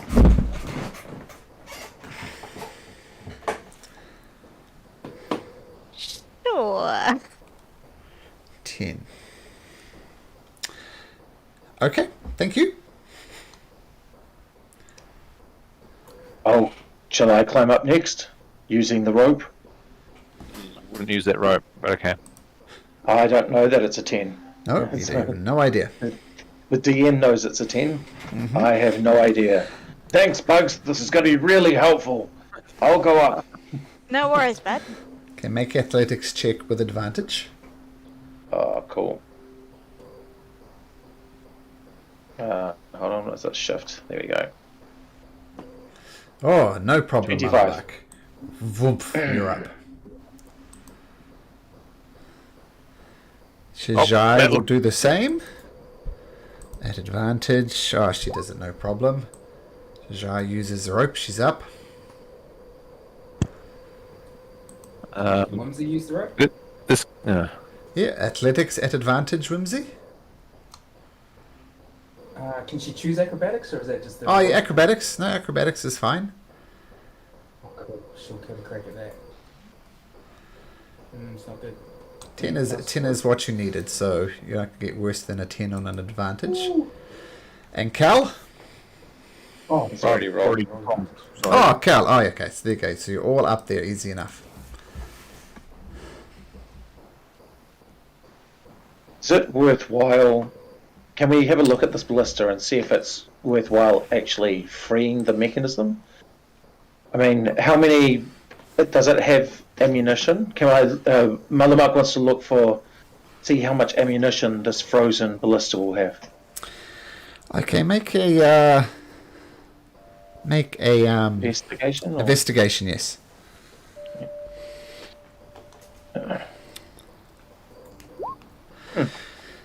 Now, you do notice something interesting about it. You work out that it doesn't actually use bolts. It creates bolts as you fire it. It's something magical in nature, which is pretty cool. Oh. The problem is, though, it is thoroughly iced over and looks as if it's taken some hits from the crash as well. And it would take, if at all possible, you figure it'll take you a very long time to get this operational. Not only because it's broken, but also it's of an alien technology. Yeah. It's like if someone hands you Captain Kirk's laser and it was broken, what would you do? How would you fix his laser pistol? Don't even know where to start, right? Similar type of thing. Point at him, say, pew pew, and hope for the best. Alright. I don't think we can use this ballista for anything much more than a rope holder. Alright, so I think we should just all gather up either side of the door and just try and creak it open.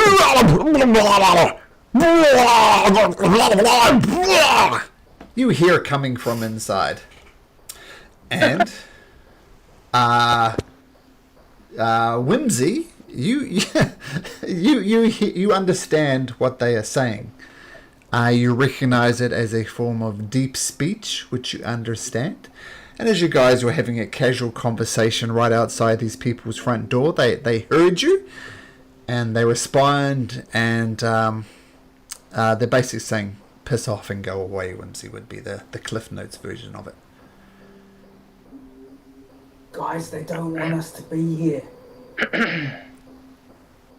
What did they say? They know we're here. They're telling us to go away. And they're But we very need naughty for being up here. to be here if we're to help Bugs, though. So they know we're here. Probably If whisper. they don't want They us say here, no. it's probably best that we leave. That will hurt your brain some more. Forever, ever, ever.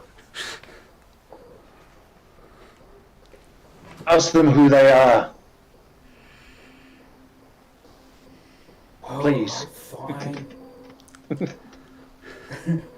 She talks back in her best deep speech.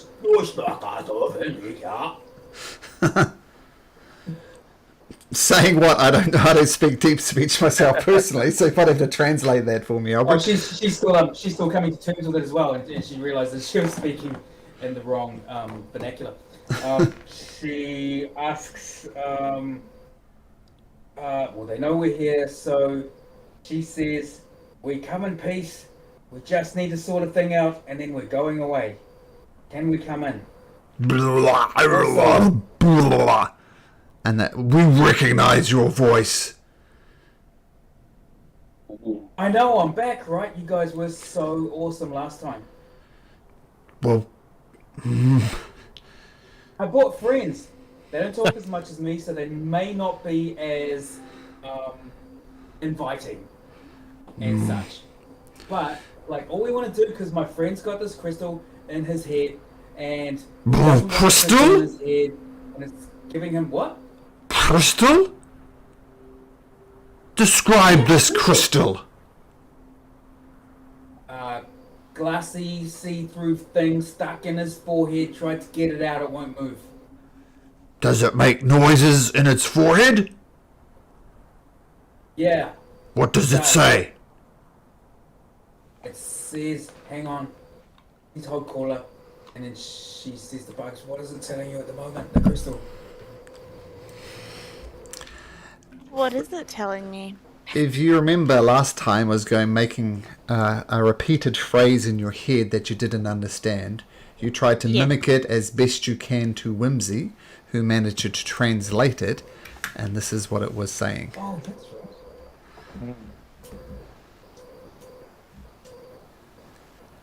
So, get this, guys, she says through the door. Oh, wait, are you guys still there?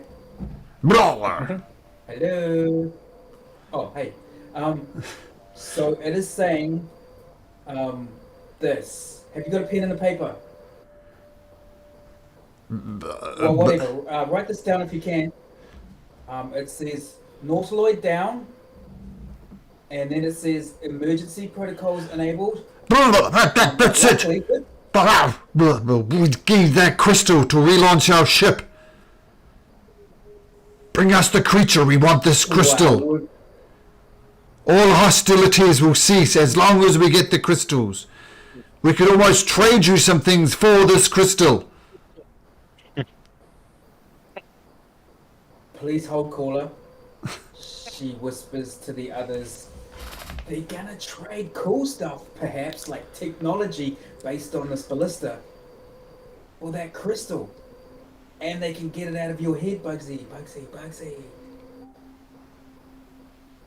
Wouldn't it be better if we just destroy them and then this crystal doesn't cause me harm and I can keep it? No, because I don't think it's them that's doing it. I think it's this other thing that's doing it. That's saying, like, it sounds like if this ship, which if I remember right, this ship is called she makes up a name, but the other ship is called the Nautiloid, and it's down as well. So this is not the Nautiloid.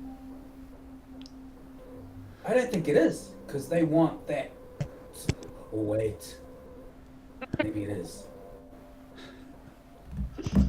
I'm very confused.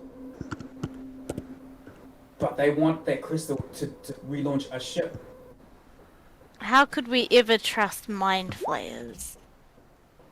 What do you think they're going to do with me to get this crystal out of my head? Well, I think if you're perfectly nice, like I am, they will take it out of your head and then they'll let you go. And how do you expect them to take it out? Do you expect me to live through this? I don't know. To be entirely honest, I really don't know. But you can live with a headache for the rest of your life and die slowly, or have a crack at getting it out, and maybe not die, or die real quick. I don't know.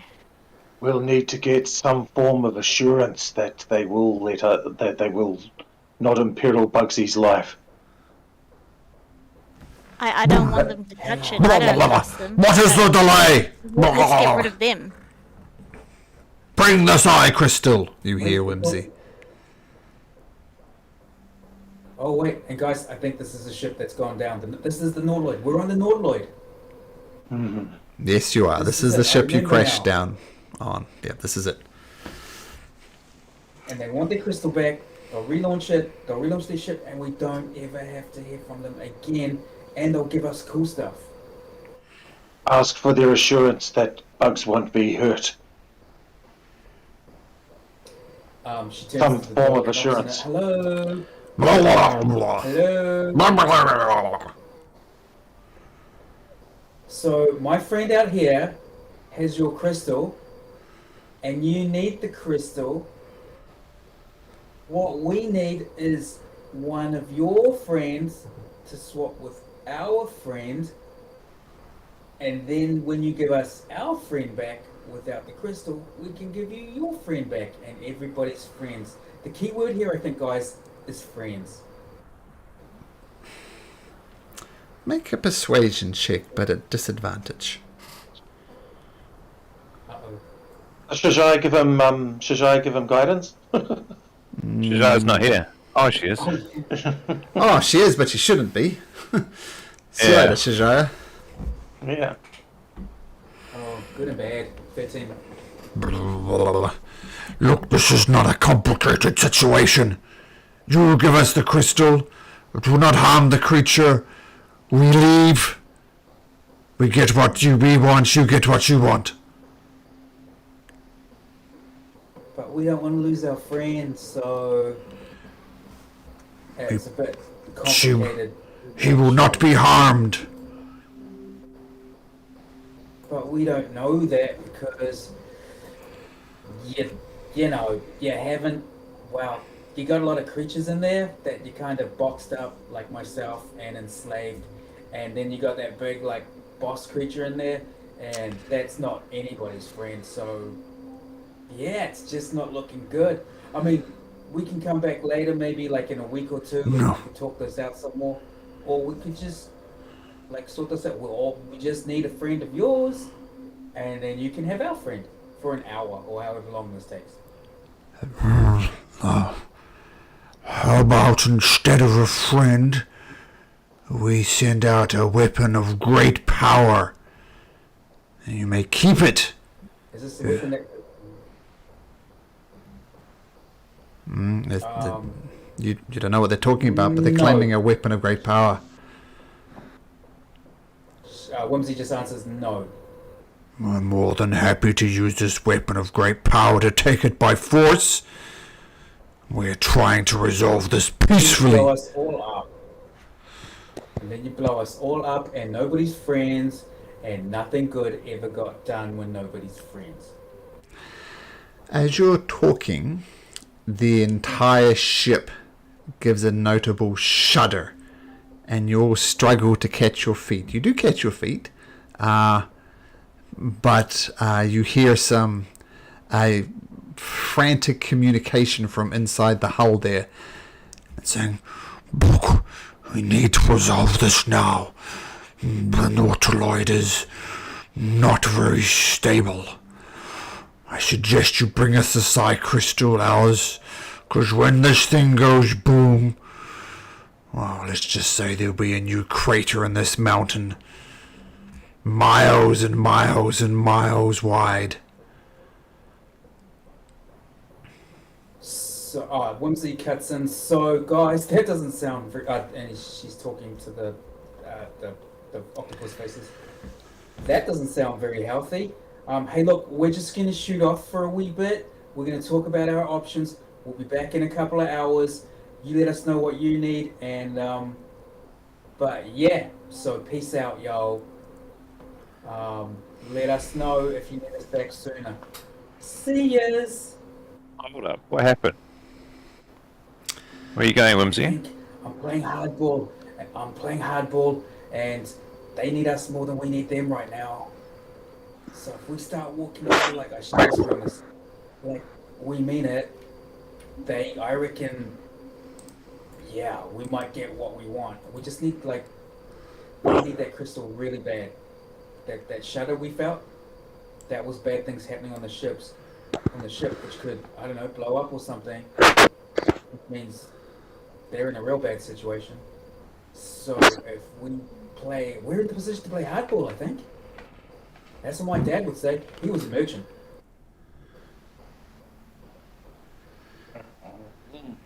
What do you reckon? Do you want to play hardball and just pretend that we don't care? We care, Bugsy, is what she whispers to Bugsy. but I don't think you're gonna get out of here alive unless we try playing hardball.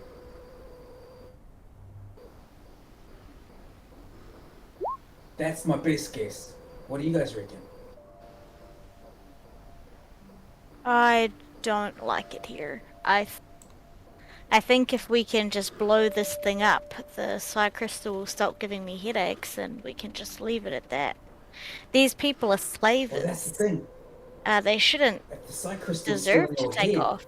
like the reverberations could be terrible.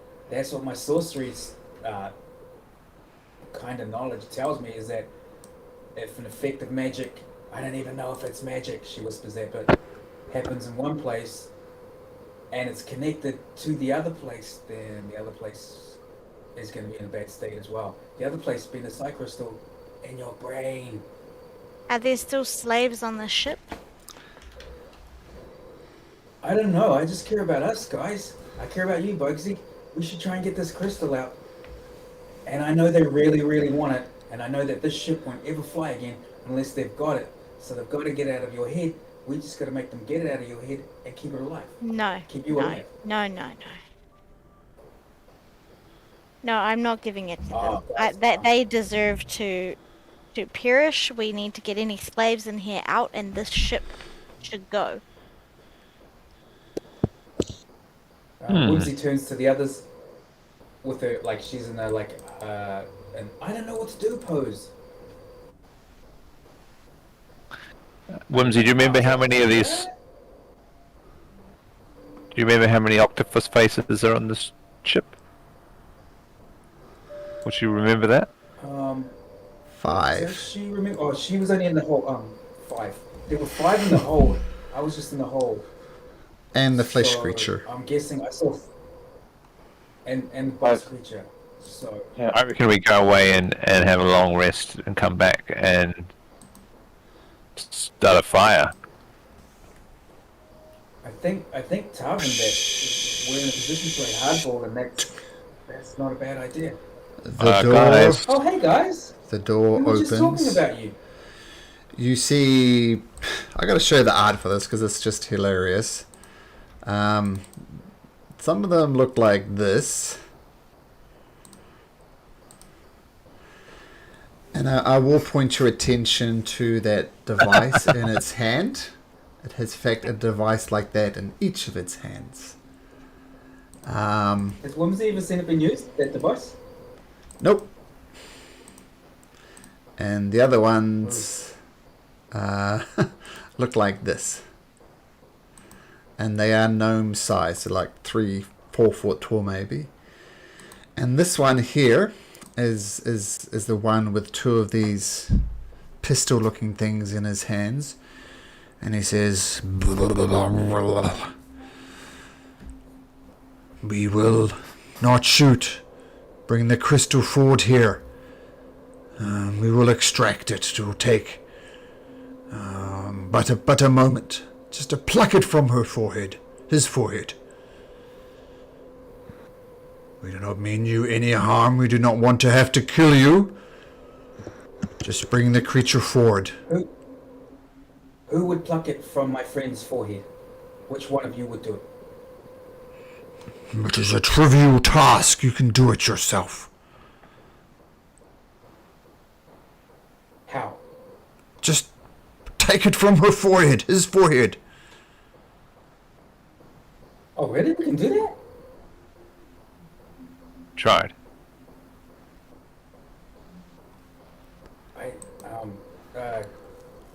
Whimsy leans into Cal and sends him. Oh, it doesn't even have to. Sends Cal a message. I don't think Bugs is gonna let us take it. Look, he's got the crazy eyes in. Maybe somebody needs to hold Bugs down before he bounces away, because he looks like he's about to bounce. What is the delay? Oh, wait. Oh, wait, we're just... Are you talking to me, Kel? Do we see the creatures now? Yeah, well, you see the door's open, so whatever your token sees is what you see. So you want to see Right. more bugs, just move around and get a better angle through the Yeah. door. Yeah, Bugs has his rapiers out, holding onto the rope. He goes, "If any of you come near me and try to take this from me, I will attack."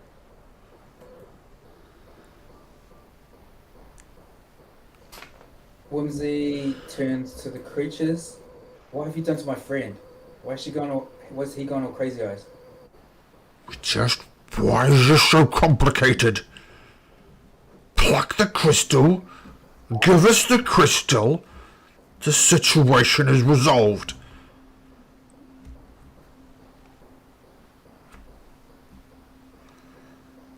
Ooh, okay. Whimsy is casting a message to Cal, telling him exactly what the creatures are saying to her, and she says to Cal, "I'm gonna try and take the crystal from Bugsy. Can you cover me if the crazy eyes get crazy fists?" Just nod once. Please, Cal.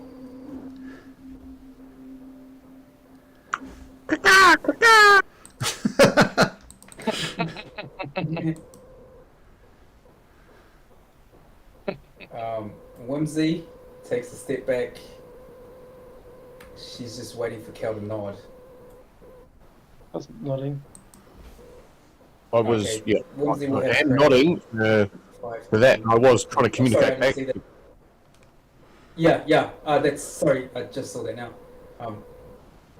Mei-chan, yes, is what she communicates back, and that's what she'll try on Bugsy. So Whimsy is casting Mei-chan to extract the crystal? Gonna give it a crack. Yep. Well, Now Mei-chan my is... question is, do is I not- see... Yeah, you do. There are certain Mei-chans that are invisible, but this one is not invisible. You see the Yeah, Mei-chan in which going to your case- forehead. Unfortunately, I have readied an attack. Okay, that attack will go off, and let's see what happens. What's going on? Okay. Yep. Oh, So, Bugs, you will get to go first, regardless of these initiative rolls. Okay. yes. I'm holding onto the rope. So I'm actually going to use the rope to swing myself around this way. Okay, cool. And attack Whimsy, who seems to be coming for my crystal. Okay, it's not going to be a surprise. No, you're not going to get advantage. But you do get the jump on them. What? Also, am I able to do that? I imagine I have to roll acrobatics. I swung around on the rope. You make an acrobatics while I think about this. No, you wouldn't get advantage. It should be a straight attack roll.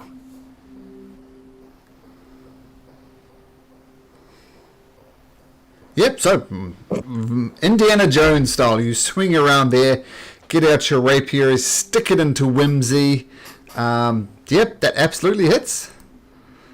So roll damage. No sneak attack damage though. Oh, my eyeballs. So 13 points. 13 damage. 13 points of damage. No actual. And as I'm holding onto the rope, he can't make a second attack. He only had one rapier out. Okay. So, Whimsy, apparently Bugs really wants to hold on to this Psy Crystal. And as your mage hand approaches, she swings around, stabs you with her rapier, and Tarvin, you are the first to react after that. What do you do? Goodness me, I really don't know how to act.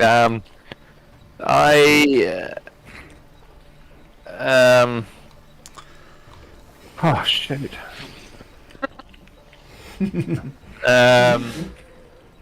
What are these guys doing?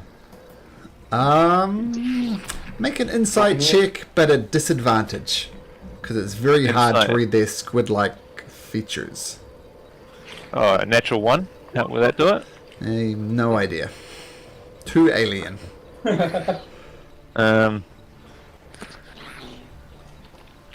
Oh, whimsy. Why?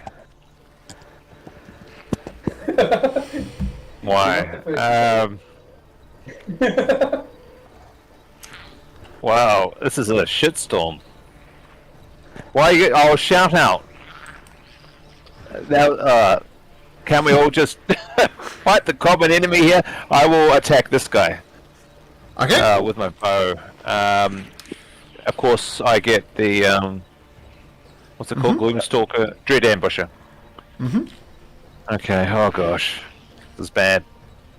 First attack. 18. Yep, I'm going to say no disadvantage because the ship is providing cover from the storm blowing outside. But yeah, your first arrow, fuck, vroom, shoot into the creature and it recoils out. Doesn't fall. No, well, the second attack might get him. There we go. That does hit as well. And that one does drop the creature. Okay, they're quite squishy. Wow. Keep in mind, these are the smaller ones. Yeah. This one, well, I know. anyway, there's bigger ones. Oh as well. wait. Okay, alright, but between the two of them, they're the same size, are they? They're two different types. Well, the That one, we can see. The one you just killed looks like this. Yeah. And then there's bigger ones that look like this. Yeah. So, but you killed one of the smaller ones. Yeah, okay, alright.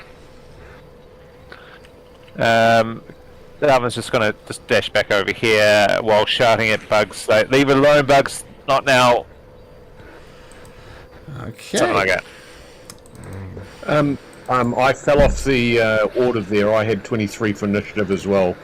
Oh, sorry. Cal should have gone first. He got a natural 20.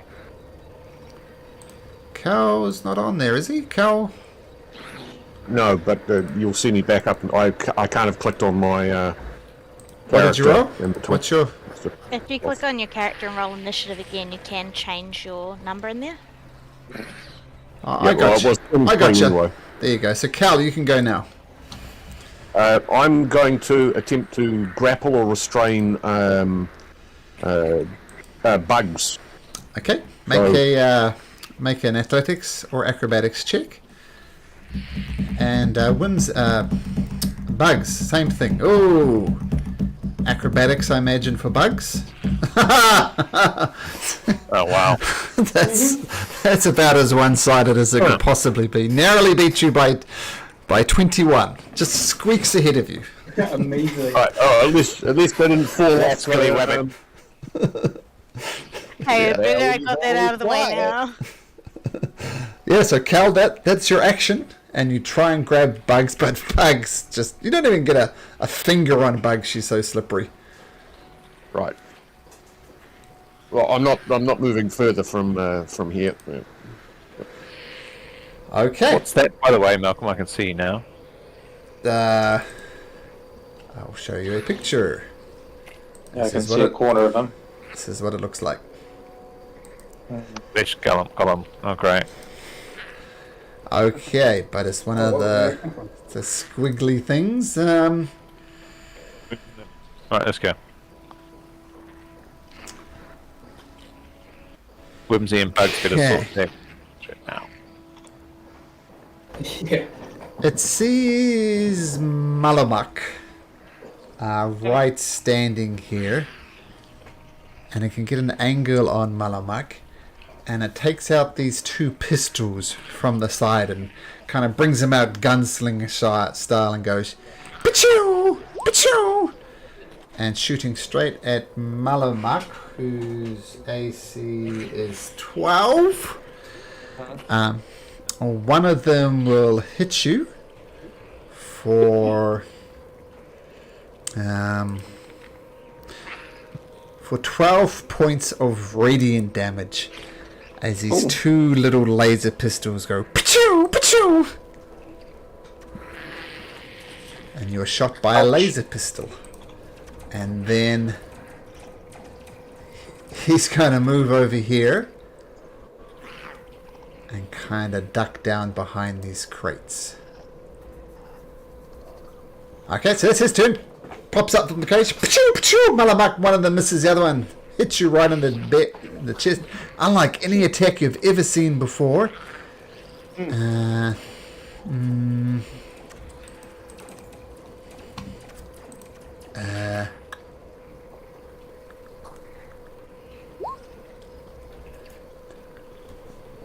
two, three, four, five, six. Malamak yells out to Cal. It's done now. They're attacking us. We need to turn our attentions here. To Cal and Whimsy. Well, I will point out that someone shot them first. Oh, I know. Tarvin shot them first. Yeah, it's happened. Ooh, that's not a good shake.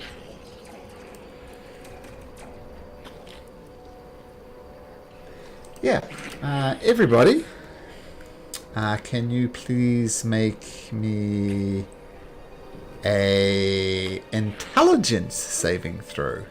Oh no. Intelligence saving throw. That's a no. Uh-oh.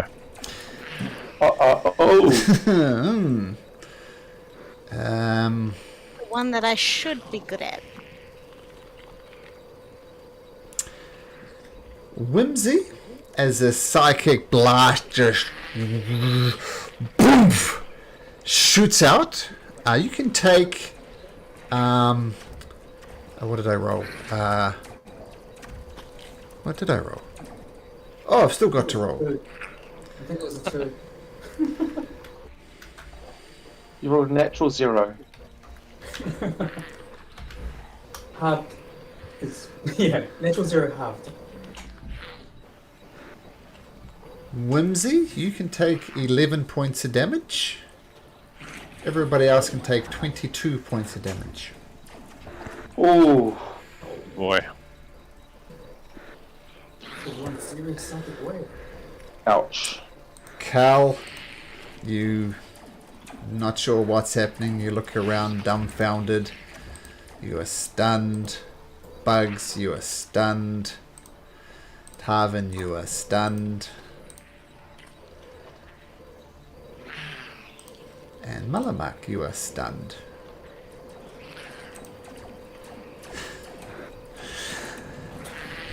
And you hear this creature go, stupid mortals, stupid earth dwellers, I should say. Whimsy, everybody is teetering. What do you do? Whimsy stamps her foot, looks at Bugsy and goes, "Now they're hurting our friends! And this is your fault. Let's protect our friends, though." She literally turns her back on Bugsy if Bugsy wants to take a swing. No, Bugsy's stunned. Bugsy is not, is just standing there drooling almost. Brilliant. Yeah. Well, she does what she knows best. She will move 10 feet and drop the biggest fireball she can right smack into the middle of that room. Ooh. Okay, roll 8d6. You can get everybody in there. Oh boy. I'll just stick through here actually. There's 5 of them, there's 3 more of them. I think you rolled 2 lots, but that's okay. So 28 points of damage. Okay. So these two these two smaller ones, they just get instantly incinerated as this fireball explodes inside of him. The two bigger ones,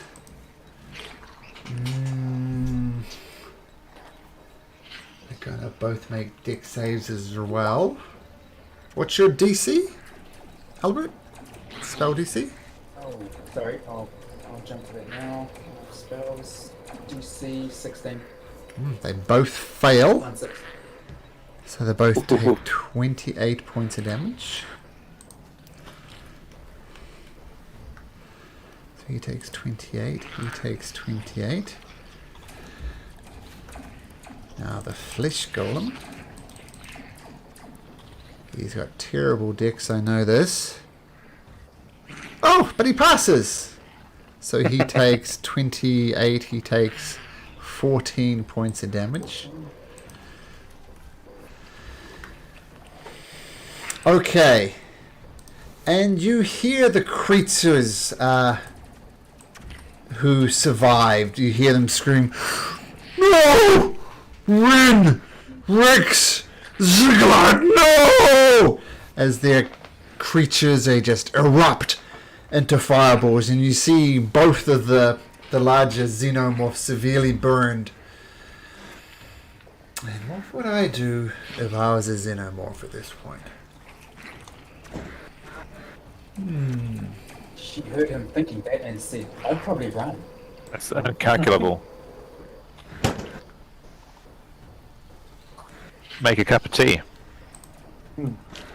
Offer an olive branch.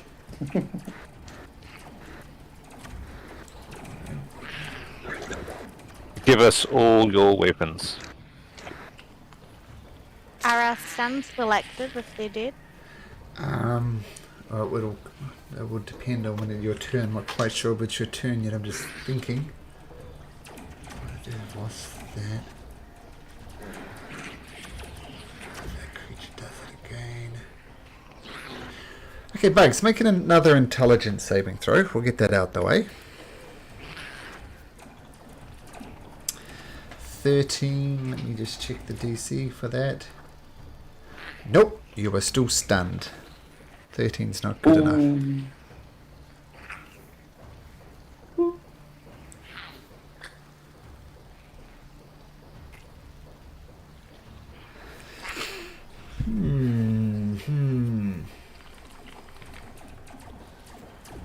So, are they actually moving now? The bad guys, or are you still? Oh, I'm working that out. It's just that Whimsy's got 10 more feet she wants to run. Oh, sure.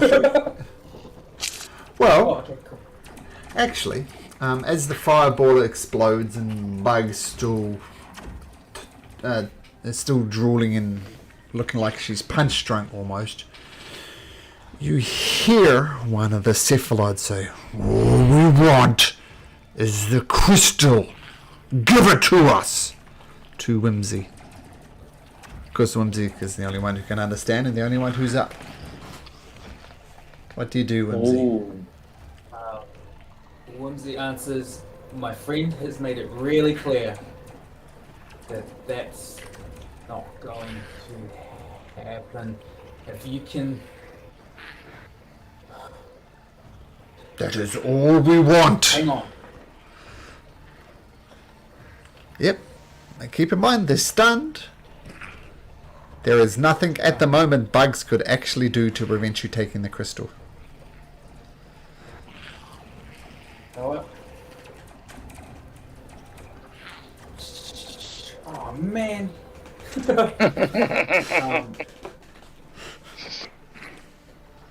Whimsy, if there's nothing Bugs can do.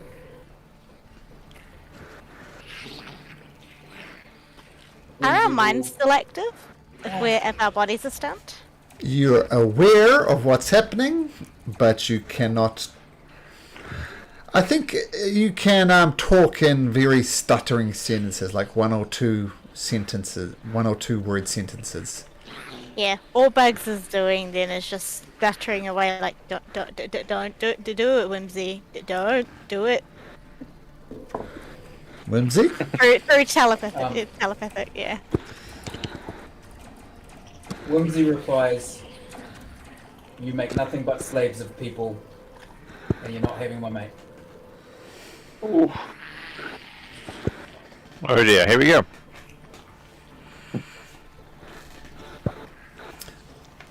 Okay. So what do you do with your remaining 10 feet of movement? We'll just backtrack just slightly.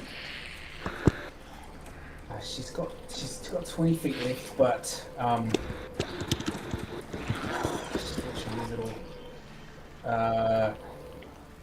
You know what? She will try to move out of range of another one of those thing so that if they have to attack me with it, then at least the others won't get attacked with it, so I'll go there. Okay. So.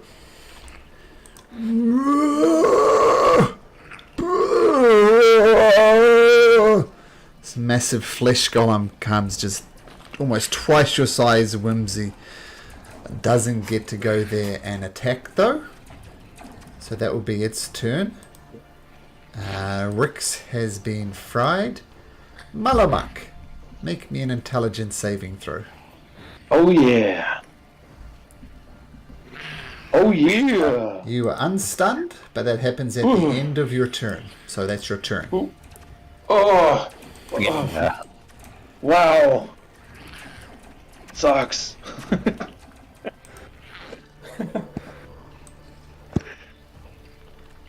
This dude is dead as well, wasn't he? He got squished in a fireball. He was doing sorry. Yep, you're right. That got squished. Tarvin got him. Yep, so Tarvin, intelligence saving throw. Come on. Nope, No. you are still stunned. Cal, intelligence saving throw.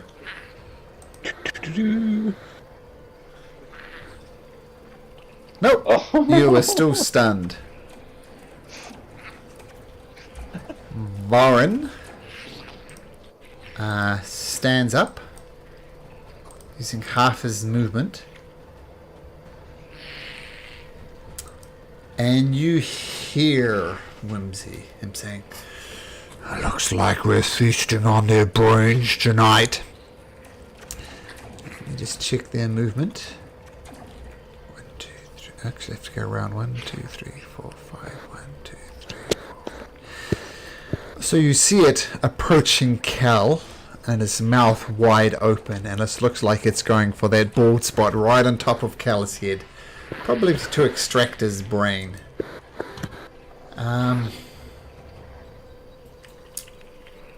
Deredivix. Let me just roll something. D6. Nope.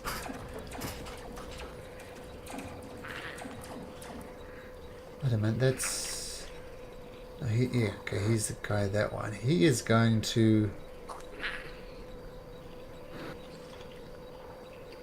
Can't do that.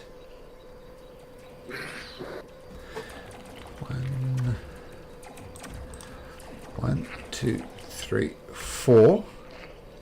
It's going to attack Cal.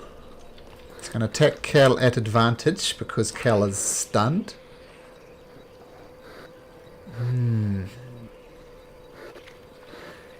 Attack with the tentacles. The tentacles are going to hit Cal. And you take 9 psychic damage. And it starts wrapping its tentacles around you, and you feel it's trying to peel the top of your head open to extract your brain. Whimsy.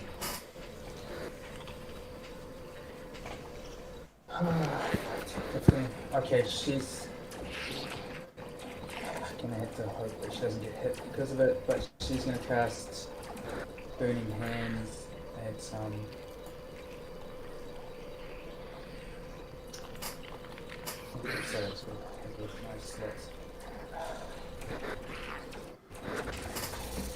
Oh, how much does it hit? Sorry, I'm just gonna use this new thing. I'll take 3 points and I'm gonna look at it. Sure. Take your time. Can I cast? I might be misreading this. Can I cast? First of all, my understanding is where that creature is standing now. If I was to cast the spell, he gets an opportunity attack. Is that right? No. Oh, okay. You can cast a spell. If it's a ranged spell attack, though, it'll be a disadvantage if you're attacking the golem. No, it's I'm wanting to. Oh, look, you might already know the answer to this. I'm wanting to cast use my sorcery points to cast 2 burning hands in 1 round. Is that a thing that's possible? Let's have a look. Well, how damaged do these guys look to Whimsy's untrained eyes? That guy's really, like, yeah. Oh, are they like? These guys look closer to death than the golem. Let's put it that way. And so what you're wanting to do is you're wanting to twin a spell, right? Spend some sorcery points to cast it. And which one are you looking to cast? Burning Hands, is that right? Burning Hands twice, only because it's got the necessary range to hurt people without hurting other people.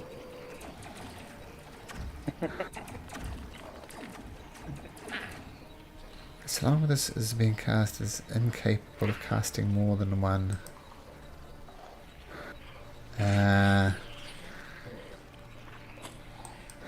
Burning Hands. Okay, we've got to get this right. I don't think you can twin Burning Hands. Okay. As long as the spell's at a level. Okay. Because Burning Hands can target more than one creature, and a twin a spell is incapable of targeting more than one question. Or more than one target. Okay, well, she will... Could use Heightened Spell, of course, to make it harder for them to save. Yes, do that.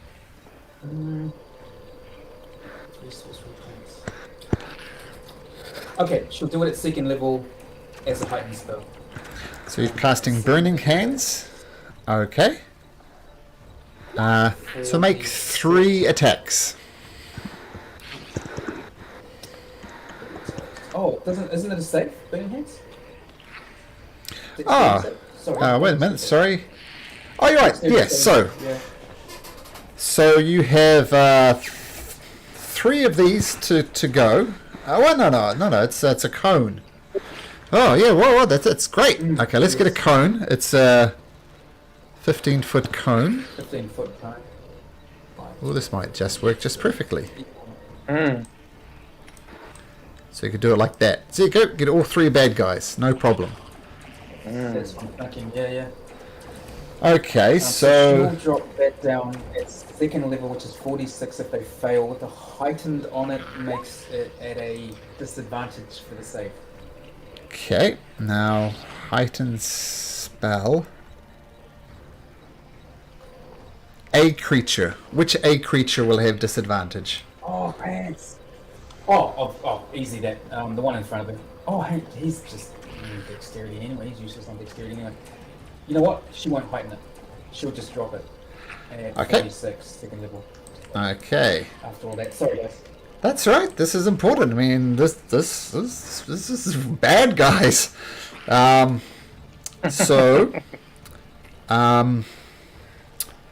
your DC is... What's your DC? 16. 16. 16. So let's do the xenomorphs first. They both fail. Let's roll 46 twice. Roll 46 and roll 46 again. First one will be for the one on the left. Takes 17 points of damage. And the one on the right. 14 points of damage. Okay, now the creature. Make a dexterity saving throw. He rolls a natural 20. So he's going to take... So roll 46 and we'll half it. 15 is what I rolled. Oh, 15. Okay, so he's going to take 7 points of damage. 7. Okay, so your burning hands just erupt from your hands. The xenomorphs both bite it. The flesh golem, though, seems relatively unaffected. So that's your turn, Bugs. You're going to move. Can I? Oh, sorry, Whimsy. Sorry. And that was just your action. You still got your bonus and your movement. Yeah, bonus. Far out. Can't do a cantrip as a bonus. You can yes. use your sorcery points to gain additional spell slots. Yeah, I'm aware of that. Which I haven't used yet. That's cool. But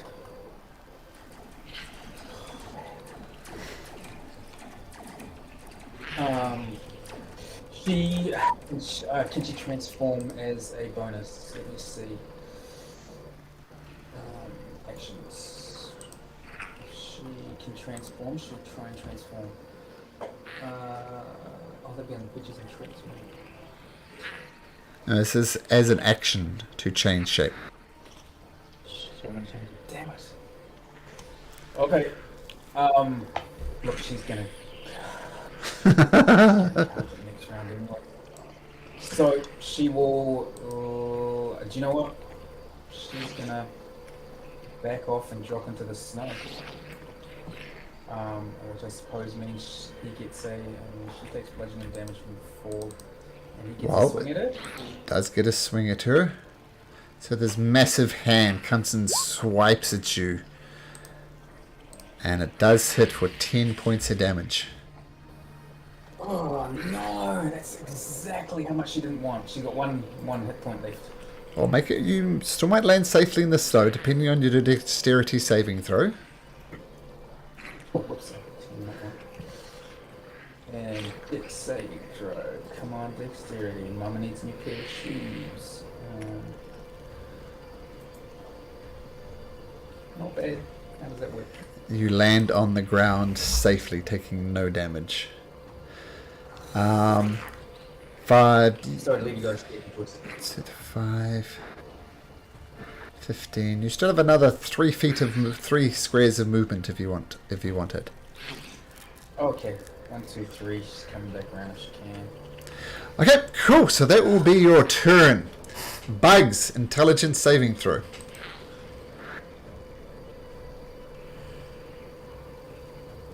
Nope. Probably Okay. for the best. Flesh golem. I'm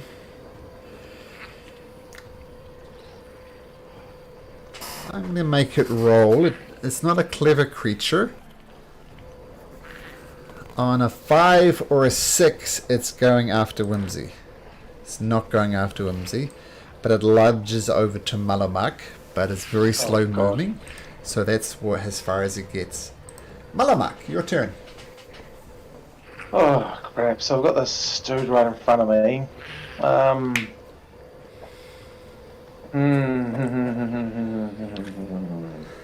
Oh man, that changes it up big time. Really wish he jumped off the edge.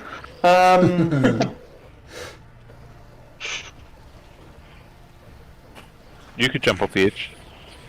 Yeah, what I'm gonna do before I jump off the edge, though, because if I jump off the edge, then you guys are a bit stuffed. But hopefully you pass your intelligence. You're still At the end of our right? turns. No, I never got turned into a horse, so I'm turning myself into I'm going to turn myself into a horse, then jump off the edge. I think that's what I'll do. Whatever has the most hit points. Yeah, that's what I'm going to do. I'm going to wild shape to save myself. Okay, just Whimsy, you're at this blue cross. I'm just putting you up here because you can see what's happening on the deck, but you're really there. Okay, so Malamaku, you're wild shaping into a horse. I think I'm going to wild shape into a warhorse, please. Okay.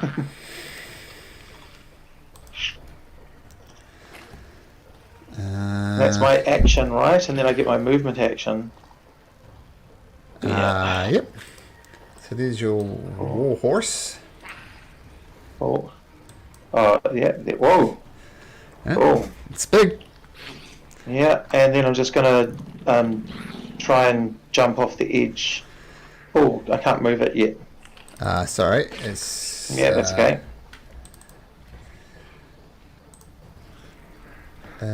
Can be edited and controlled by Malamak. There you go. Should be able to move it now. So I'm just going to jump off down to there. Okay. If that makes sense. Make a dexterity saving throw as your horse. Can it not land on those tentacles? Make an acrobatics check as a horse to try and An slide down acrobat- to try and slide down the tentacles. Okay. Where are we? Horsey, horsey, horsey. It doesn't have an acrobatics throw, it only has athletics. Oh, just do Dex then. Just do dex, cool. Yeah. Did that come through? Yeah, 20, no problem. 20. Yep, you can slide down it and no problem. Of course, the flesh golem will take a swipe at you. Oh, no, it can't. No, it can't. It used its... No, it gets its reaction back. It got a reaction back at the start of... Yeah. It can take a swipe at you with its massive, meaty fists. Oops. And roll an 18, which I imagine will hit a warhorse. Sure will. And do 13 bludgeoning points of damage to the warhorse. Thank goodness for that. So I've now got 3 HP. 6 HP, isn't it? You're at 19. 6 HP. There we go, 6 HP. So wild horse, change wild shape into a horse and jump off the edge, sliding down the tentacles. You could get down to here if you wanted to. Yeah, hold on, I'm just moving the turn order around. Oh yeah, cool. Sorry, is Whimsy down here rather than up there? Sorry, Whimsy's really there. Yeah, cool, awesome. Oh, that X. Alright, Yep. sweet. So I'm just going to... So are these tentacles, they're down at our level, or is it... Well, they start at 10 feet up and then gradually get to slide down? a couple of feet, so you can slide down and get to there easily enough. And then I can... And so how much more movement have we got? I've got about... I'll go down to about here. That's fine. That's as far away as it needs to be, I presume. Sure. So, yeah, that's fine. Yep, right there. Yeah. Cool. Tarvin, intelligence saving throw. So first of all, can I just... Are these two guys dead? Or are they still alive? No, they look, No, I don't know they look beat up, but they're still alive. Okay then. Oh, there you go. That should do it. Okay, Cal. Alright, okay. Oh, That's how we do that. oh, it's even worse. Is it worth using my inspiration, do you think, guys? Before I get my face eaten yeah. off? Yeah, potentially. Too. I'm going to use my inspiration to re-roll that traffic Sure. jam Sure. and try again. Oh! Oh, goodness gracious. Varn. No. So you're They're not going to get much of a deal out of me, are they? Oh. Why did they go for you? You're the least intelligent of us all. It's an entree. Okay, let's roll this, see what happens. Okay. The two mind flayers surround Cal. The first one takes a ginormous claw, digs into Cal's cranium, peels it back, revealing his brain. Dreadavix There's one there. jumps on top of the really wrecked looking Cal and sucks Cal's brain out, and Cal instantly dies. He has no brain. Crap. Oh shit. Whimsy. Oh, no. So it dies. Well, if you want me to roll damage, I will. So Where should just, die with that bringing back to life when you need her? Oh, yeah. They both do 10d10 Make damage. a saving throw for half damage. Oh, Yeah. wow. Okay. All right. Okay. Whimsy.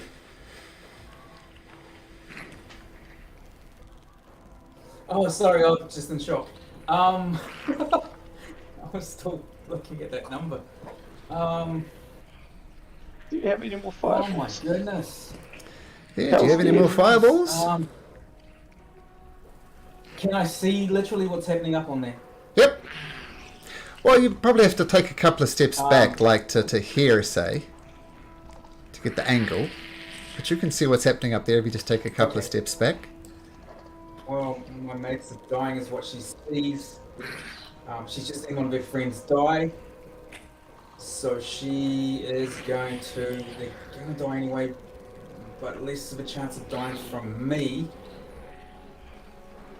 She sends a message to everyone, I'm so sorry, this is happening. And she drops another fireball. God, where can I get it? If I drop it there, I think I get Cal and nobody else. I'm really wanting these two. It means I don't get the flesh gone. Yeah, you can get. Oh, let's have a look. It's a 20-foot radius. Yeah, let me get you one there. I think if I get the flesh golem, I get Tarvin as well, though. Oh, let's have a look. I mean, you could drop it like that. Anyway, feel free to move it around. Oh, I'll give it a crack. I think I might be able to get all three of them. Yeah. Oh, is that one in enough? If I wangle it. It's the outer circle. See how there's two kind of black circles? It's the outer circle. So that definitely won't get Tarvin. That'll get everybody, including Cal. And she just saw it happen. Yeah. And not yourself. So that will get all three bad guys. Is that what you want to do? And you just need to back off back to here. Yeah, yeah. Which of course she'll do, yes. And drop. I'll just double check that. I believe she can. I just got 1/3 left. Plus she's got her spell points. Yes, she's got 1 more third slot, so she'll do that. Oh. She'll use her spell points actually. Oh no, she'll drop a third slot. Yeah, there we go. Boom, and goes a fireball. And she will roll 8d6. They were looking really wasted. Eh? Yeah, these two are. Yep. So she'll just. So 8d6. As well. Sure. So this will be a heightened one. Sorry. 86. Come on. Here's 5 and 3. 5 and 3, just because I'm staring at 46. 46. How did I get an 8? Oh, I'm rolling 8. Sorry, my bad. Sorry about that. Oh yeah, the d8s. Yeah, 8 d8. 8. Yeah, ignore that completely. Sorry. So that first one's fine. Oh no, it's not. Shut up, Albert. Another 3d6. Okay, so 29. 29? No, 27. 27. 27. Okay, let's do the flesh golem first. Dexterity saving throw. Heightened at disadvantage. For who? That'll be for the golem. Since it's hardly touched. Keep in mind, it's not very dexterous. Yeah, he's saved both times. Okay, so disadvantage for the golem. What am I thinking? No, shut up, Albert. Let's go for the odds. One of these guys, the one who looks less, most healthy. less damaged. Lesser. Yeah. So the more damaged one or the least damaged one? The least damaged one is going to be heightened on. Okay, so this one here is the least damaged one. Let me roll for him. So he's rolling at disadvantage on his dexterity saving throw, and he rolls a 5.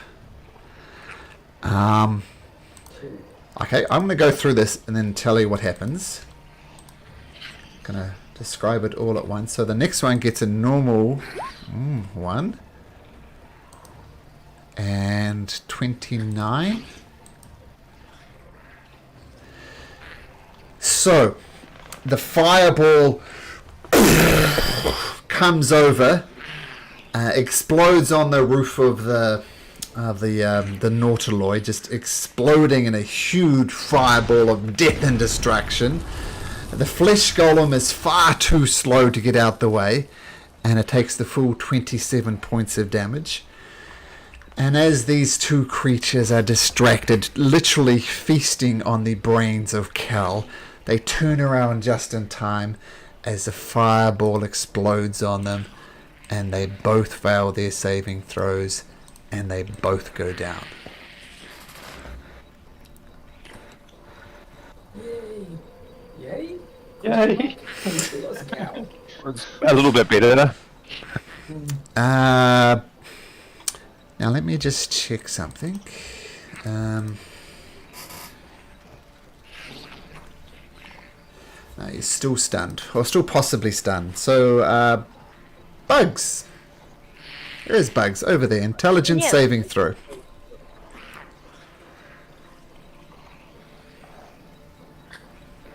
Nope.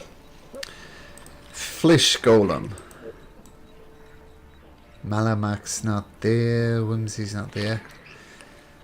It's got to be Tarvin. It's got to be Tarvin. like a slap to the face. Chris Rock style. Slap Let's to do the it. face. It rolls at advantage. It rolls a 12. Does that hit? No. No. Sorry, it does Okay. not. Oh, kick it. That's good. You needed a 16. Okay. Oh, second attack, a 10 and a 12. Wow. Okay, so they both miss at advantage, which is good for Tarvin, as he's rocking there. Yeah, at advantage rolled a 12 and a 10 for the first one, then a 10 and a 12 for the second one. So, but that's definitely not out of the woods yet. Oh, actually, let me check something on this flesh golem. Okay, no, it's fine. Malamak, the horse. Can I jump back up there at all? Is that a possibility? You can certainly try. As a horse with my athletics? You definitely have to Oh, be fine. athletics. Yep, cool. No, that's fine. Athletics is what this horse is strong at. He's got 60 feet of movement, so Okay. 1, 2, 3. He's trying to jump up to where Whimsy's 4. Okay. Make an athletics check.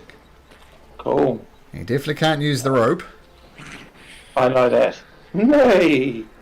Let's have a look. Athletics check. Boom. 12. So you're 15 feet to there. I'll say 25, 35, and you're up on there. Okay. And so, Of course, Cool. Whimsy's not really there. I know. So, I have to go around this, don't I? Go around that thing. So, I go. Hold on, I'm just looking at this. Yeah, it doesn't matter anyway. Of course, Malamak's not really there either. No, I know that. We'll move I know Malamak that. down here so you can easy to get a visual. Yeah. I know. I'm just sort of looking at this in terms of my abilities. I'm just gonna stay back here and do nothing, if that makes any sense. I think. Oh yes, maybe. Oh no. Ah, I know what I'm gonna do. I'm gonna come out of my form as a bonus action and use a spell. Okay, so boom, Yeah. and you're there. And then I'm going to, because that's a flame, that's an action, and I can throw it as well. Produce a flame, and throw it at him. At the golem. At the golem. Okay, that hits. Boom. And I do. Where's my damage? There it is. Sorry, 2d8. That's another 2. Oh my gosh, this is so bad. Well, I was about to say that if you did at least 5 points of damage, interesting things could happen. But 2 is not enough. There's a special thing with golems, but we'll get there. Yeah, cool, awesome. I think I lit a pinky on fire though. Explodes in Tarvin's face. Yeah. Okay, speaking of Tarvin, if that's your turn, Malamak, which it seems that it is. Yeah, it is. Intelligence saving throw. Oh, Tarvin, that is enough. Yes. You are back. DC is But- 15. Nailed it. Means I can but dodge. no, you can. Wait a minute. Wait a minute.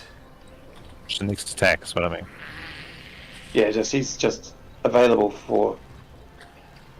No, you're good. Under it. You're good. Yep, you have a turn. Oh, okay.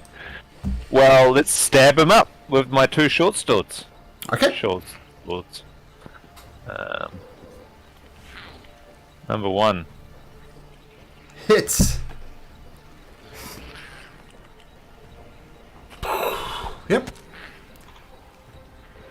Taking Number again. 2. Not so much. 14 hits. Oh, it does. Okay. Yeah. So this -4, so 4. So total of 10. Yeah. Okay, as you carve into this flesh golem, it starts grabbing its fin and going, and just shaking. It's almost as if it's going crazy as you hit it.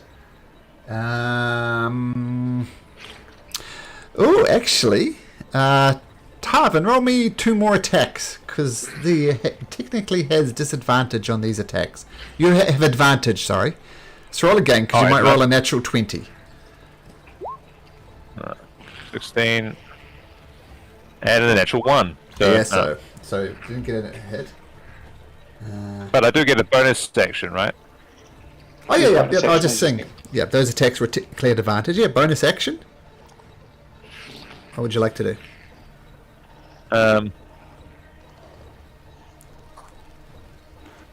You're fighting two-handed, aren't you? Is that the bonus action? Oh yeah. Oh, that's true. Yeah, that's Yeah. true. Yeah. Yeah. Sorry, mate. So just your movement. Yeah. Yeah. Well, I can't move. He might attack me. So I will just stay put. Okay. Cal. Sorry, bud. Without a brain, it's hard. Whimsy. Yes, she will. She's on her absolute minimum hit points, so she'll play safety and see if she can get an angle with a firebolt on that guy. Yep. She, Yep. she'll maneuver herself if she has to. Yep. You can get a firebolt off. Take a shot. Cool. Where are you, mate? That's under actions.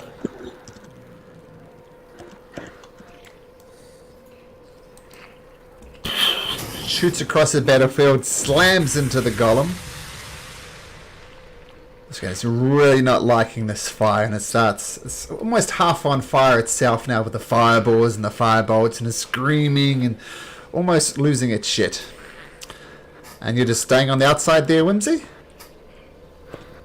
Yeah, I'm just rolling 2 tides of chaos that I forgot to do. I'm so Oh. sorry. That's alright. A lot of stuff happening. Okay, Bugs! Intelligence saving throw, Bugs. Nope. No. Okay, Flesh Golem. It is... Roll me a d6, Tarvin. Oh, love to. Oops. Sorry. There we go. 4. 4. Okay, that's fine. So it's flailing around. It's not happy with these fire on it. So it's going to attack you twice at disadvantage. Rolling an 8 and an 18. I believe the 18 is going to succeed. Yeah. And he slams into you. Whoops. He slams into you. So, who's up there? Who can see this? Malamak, you can see this. The flesh golem just takes a big, huge, meaty hand and smashes down on top of Tarvin, who crumples to the ground, taking 12 points of damage, which I believe will crumple you, Tarvin. Yep. And then the creature starts petting this fire off, says, Malamak. Okay. I think I learnt my lessons from last time. He might sort of flail and hit again, so he's going to bring Tarvin up again, actually. So he's going to cast a 3rd level, because he has to, that's what he has. Let's see if can he run over there. 1, 2, 3. Yeah, 3rd level cure wounds. Ooh, nice. Roll for that. Cast that. 16 hit points. And then he's going to go back off 1, 2, 3, I think. Or wait, 1, 2, 3. Back to there. Okay, so that's your action. You rush forward, touch Tarvin. Tarvin comes back to life. You are prone on the ground, and now it is your turn. I'd like to stand up. Okay, that's half your movement. Yeah. Stab him and, to death. and attempt to stab him to death. Okay, stab him to death away. There we go. Yeah, that's a better one. Okay, that hits. Yep. 8 points of piercing damage. As you hack into him. Natural one. Just coming back from death turns out to be quite hard. The creature is looking messed up, though. It is just tottering on the edge there. Cal. Sorry. Whimsy.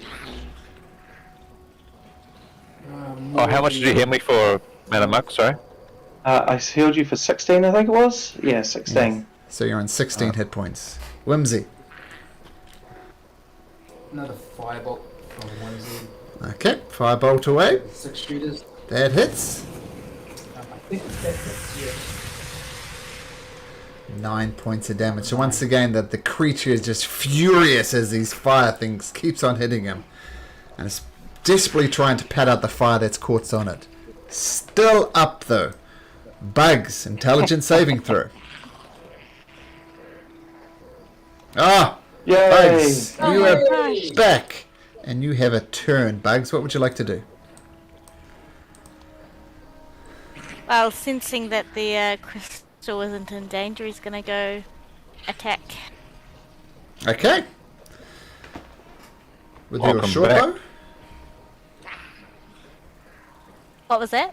Ah, so you're going to stab him. Okay. Yes, yeah. Okay, make an attack. I saw you moving towards Whimsy. I was like, uh-oh. Oh! So The one nine- hits, but the one without the, what's it called? Bonuses. One's always going to miss. But the 26 hits, and you can roll sneak attack damage on that one. I don't think I can because it was my second attack. You can do sneak attack damage once per turn. Oh, once. Yeah, I just don't get the +5. Got ya. Yeah, that makes sense. Bugs, how would you like to do it? Ooh. I'm going to cut through his stitching, so wherever there's a stitching attached, it falls off. Maybe the torso section. Okay. So, as the golem falls, as the xenomorphs fall to the ground, as Cal is literally without a brain, you all take a moment to look around. You're all an absolute wreck. Whimsy barely holding on with 1 hit point. Malamak 3, Bugs 8, Tarvin 16, but Cal is the victim. Cal lost his brain as this negotiation for the crystal has gone horribly, horribly wrong. And that is, I think, the ideal place to stop for the evening. Mr. Cal, Yep. I assuming you're going to want to roll up a new character? Well, while you were thinking about this, I don't know how this would affect this. Could I potentially take on an avenging husband wanting to take the NPC? Oh, I loved it. Yes, Oh, please. you want to take Garrett? Garrett. Garrett, yeah. So he was some. So if you send me some details about the sort of class that he was, I'll do a build around that. Or if I love either it. that or Merikith. Well, let's look at Garrett first. I think Garrett was actually a scout, which sounds more rogue-like. Rogue or ranger? Actually, ranger. Okay. Because, remember he was leading people up on the mountains. So I'll let you choose. Rogue or ranger would be the two things if you want to go that way and play Garrett. Well, what do you guys think? Because we're sort of a bit light on tanks in that respect. What do you reckon, Ranger or Rogue? Probably Ranger, right? Yeah. Yeah. Okay, all right. Yeah, Got Rangers. 2 Rangers in the party. We don't need 2 rogues. 2 Rangers, 2 droids. Rangers are also sneaky anyway, or Yeah, you know, kind of. not But too bad. can Sneak. maybe you can still go double-handed weapon if you Yep. wanted to. Yeah. Malcolm, does he have stats block already done? Because we could Nope. always use that since it's already existing. Does that exist? No, just create a new character and just make it Ranger. I think you decided. Yep. Do you what want race to is he? human? They're human. Human, so cool. Human Ranger. And do you want to roll for your stats or do the point buy method? If that makes sense to you, I'm not sure if you know. The point buy. What's the point buy in terms of what's the total that you have to distribute? I can never remember off the top of my head. I can go look it up in the player's handbook. I've got lots of time. I'm still on holiday. I'll sort it out. Okay, so if you want to do point buy, that's fine. I mean, the other Yep. way to do it is I'll do it here. If you look in chat and you Yep. can type Ranchar, and as long as you get greater than 72 on Yep. this roll, then you can keep it. But if you want to do point buy, that's fine. Sorry, what did you want me to roll? Well, you can either do a roll like I just did then in Discord, and if the total is 72 or higher, then you have to keep it. Or you can just Yeah. do point buy. So it's like a potential upside, but getting excellent stats with the roll, but a potential downside there might be complete shit. Right.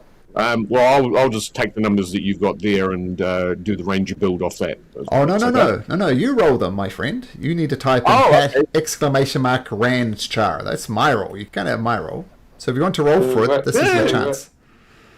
All right. So you were saying !Rand. And is it? And this press 46. enter. Yeah, and this will do 46, dropping the lowest. And as long as it's over 72. Come on. Oh, no. Sorry. Let me Yep. show you. Type It's, exactly. it's what it's written up there. His previous Yeah. Yes, so Yeah, type previous that comment. without exclamation marks. It's random character. Sorry, I can see what you were saying there.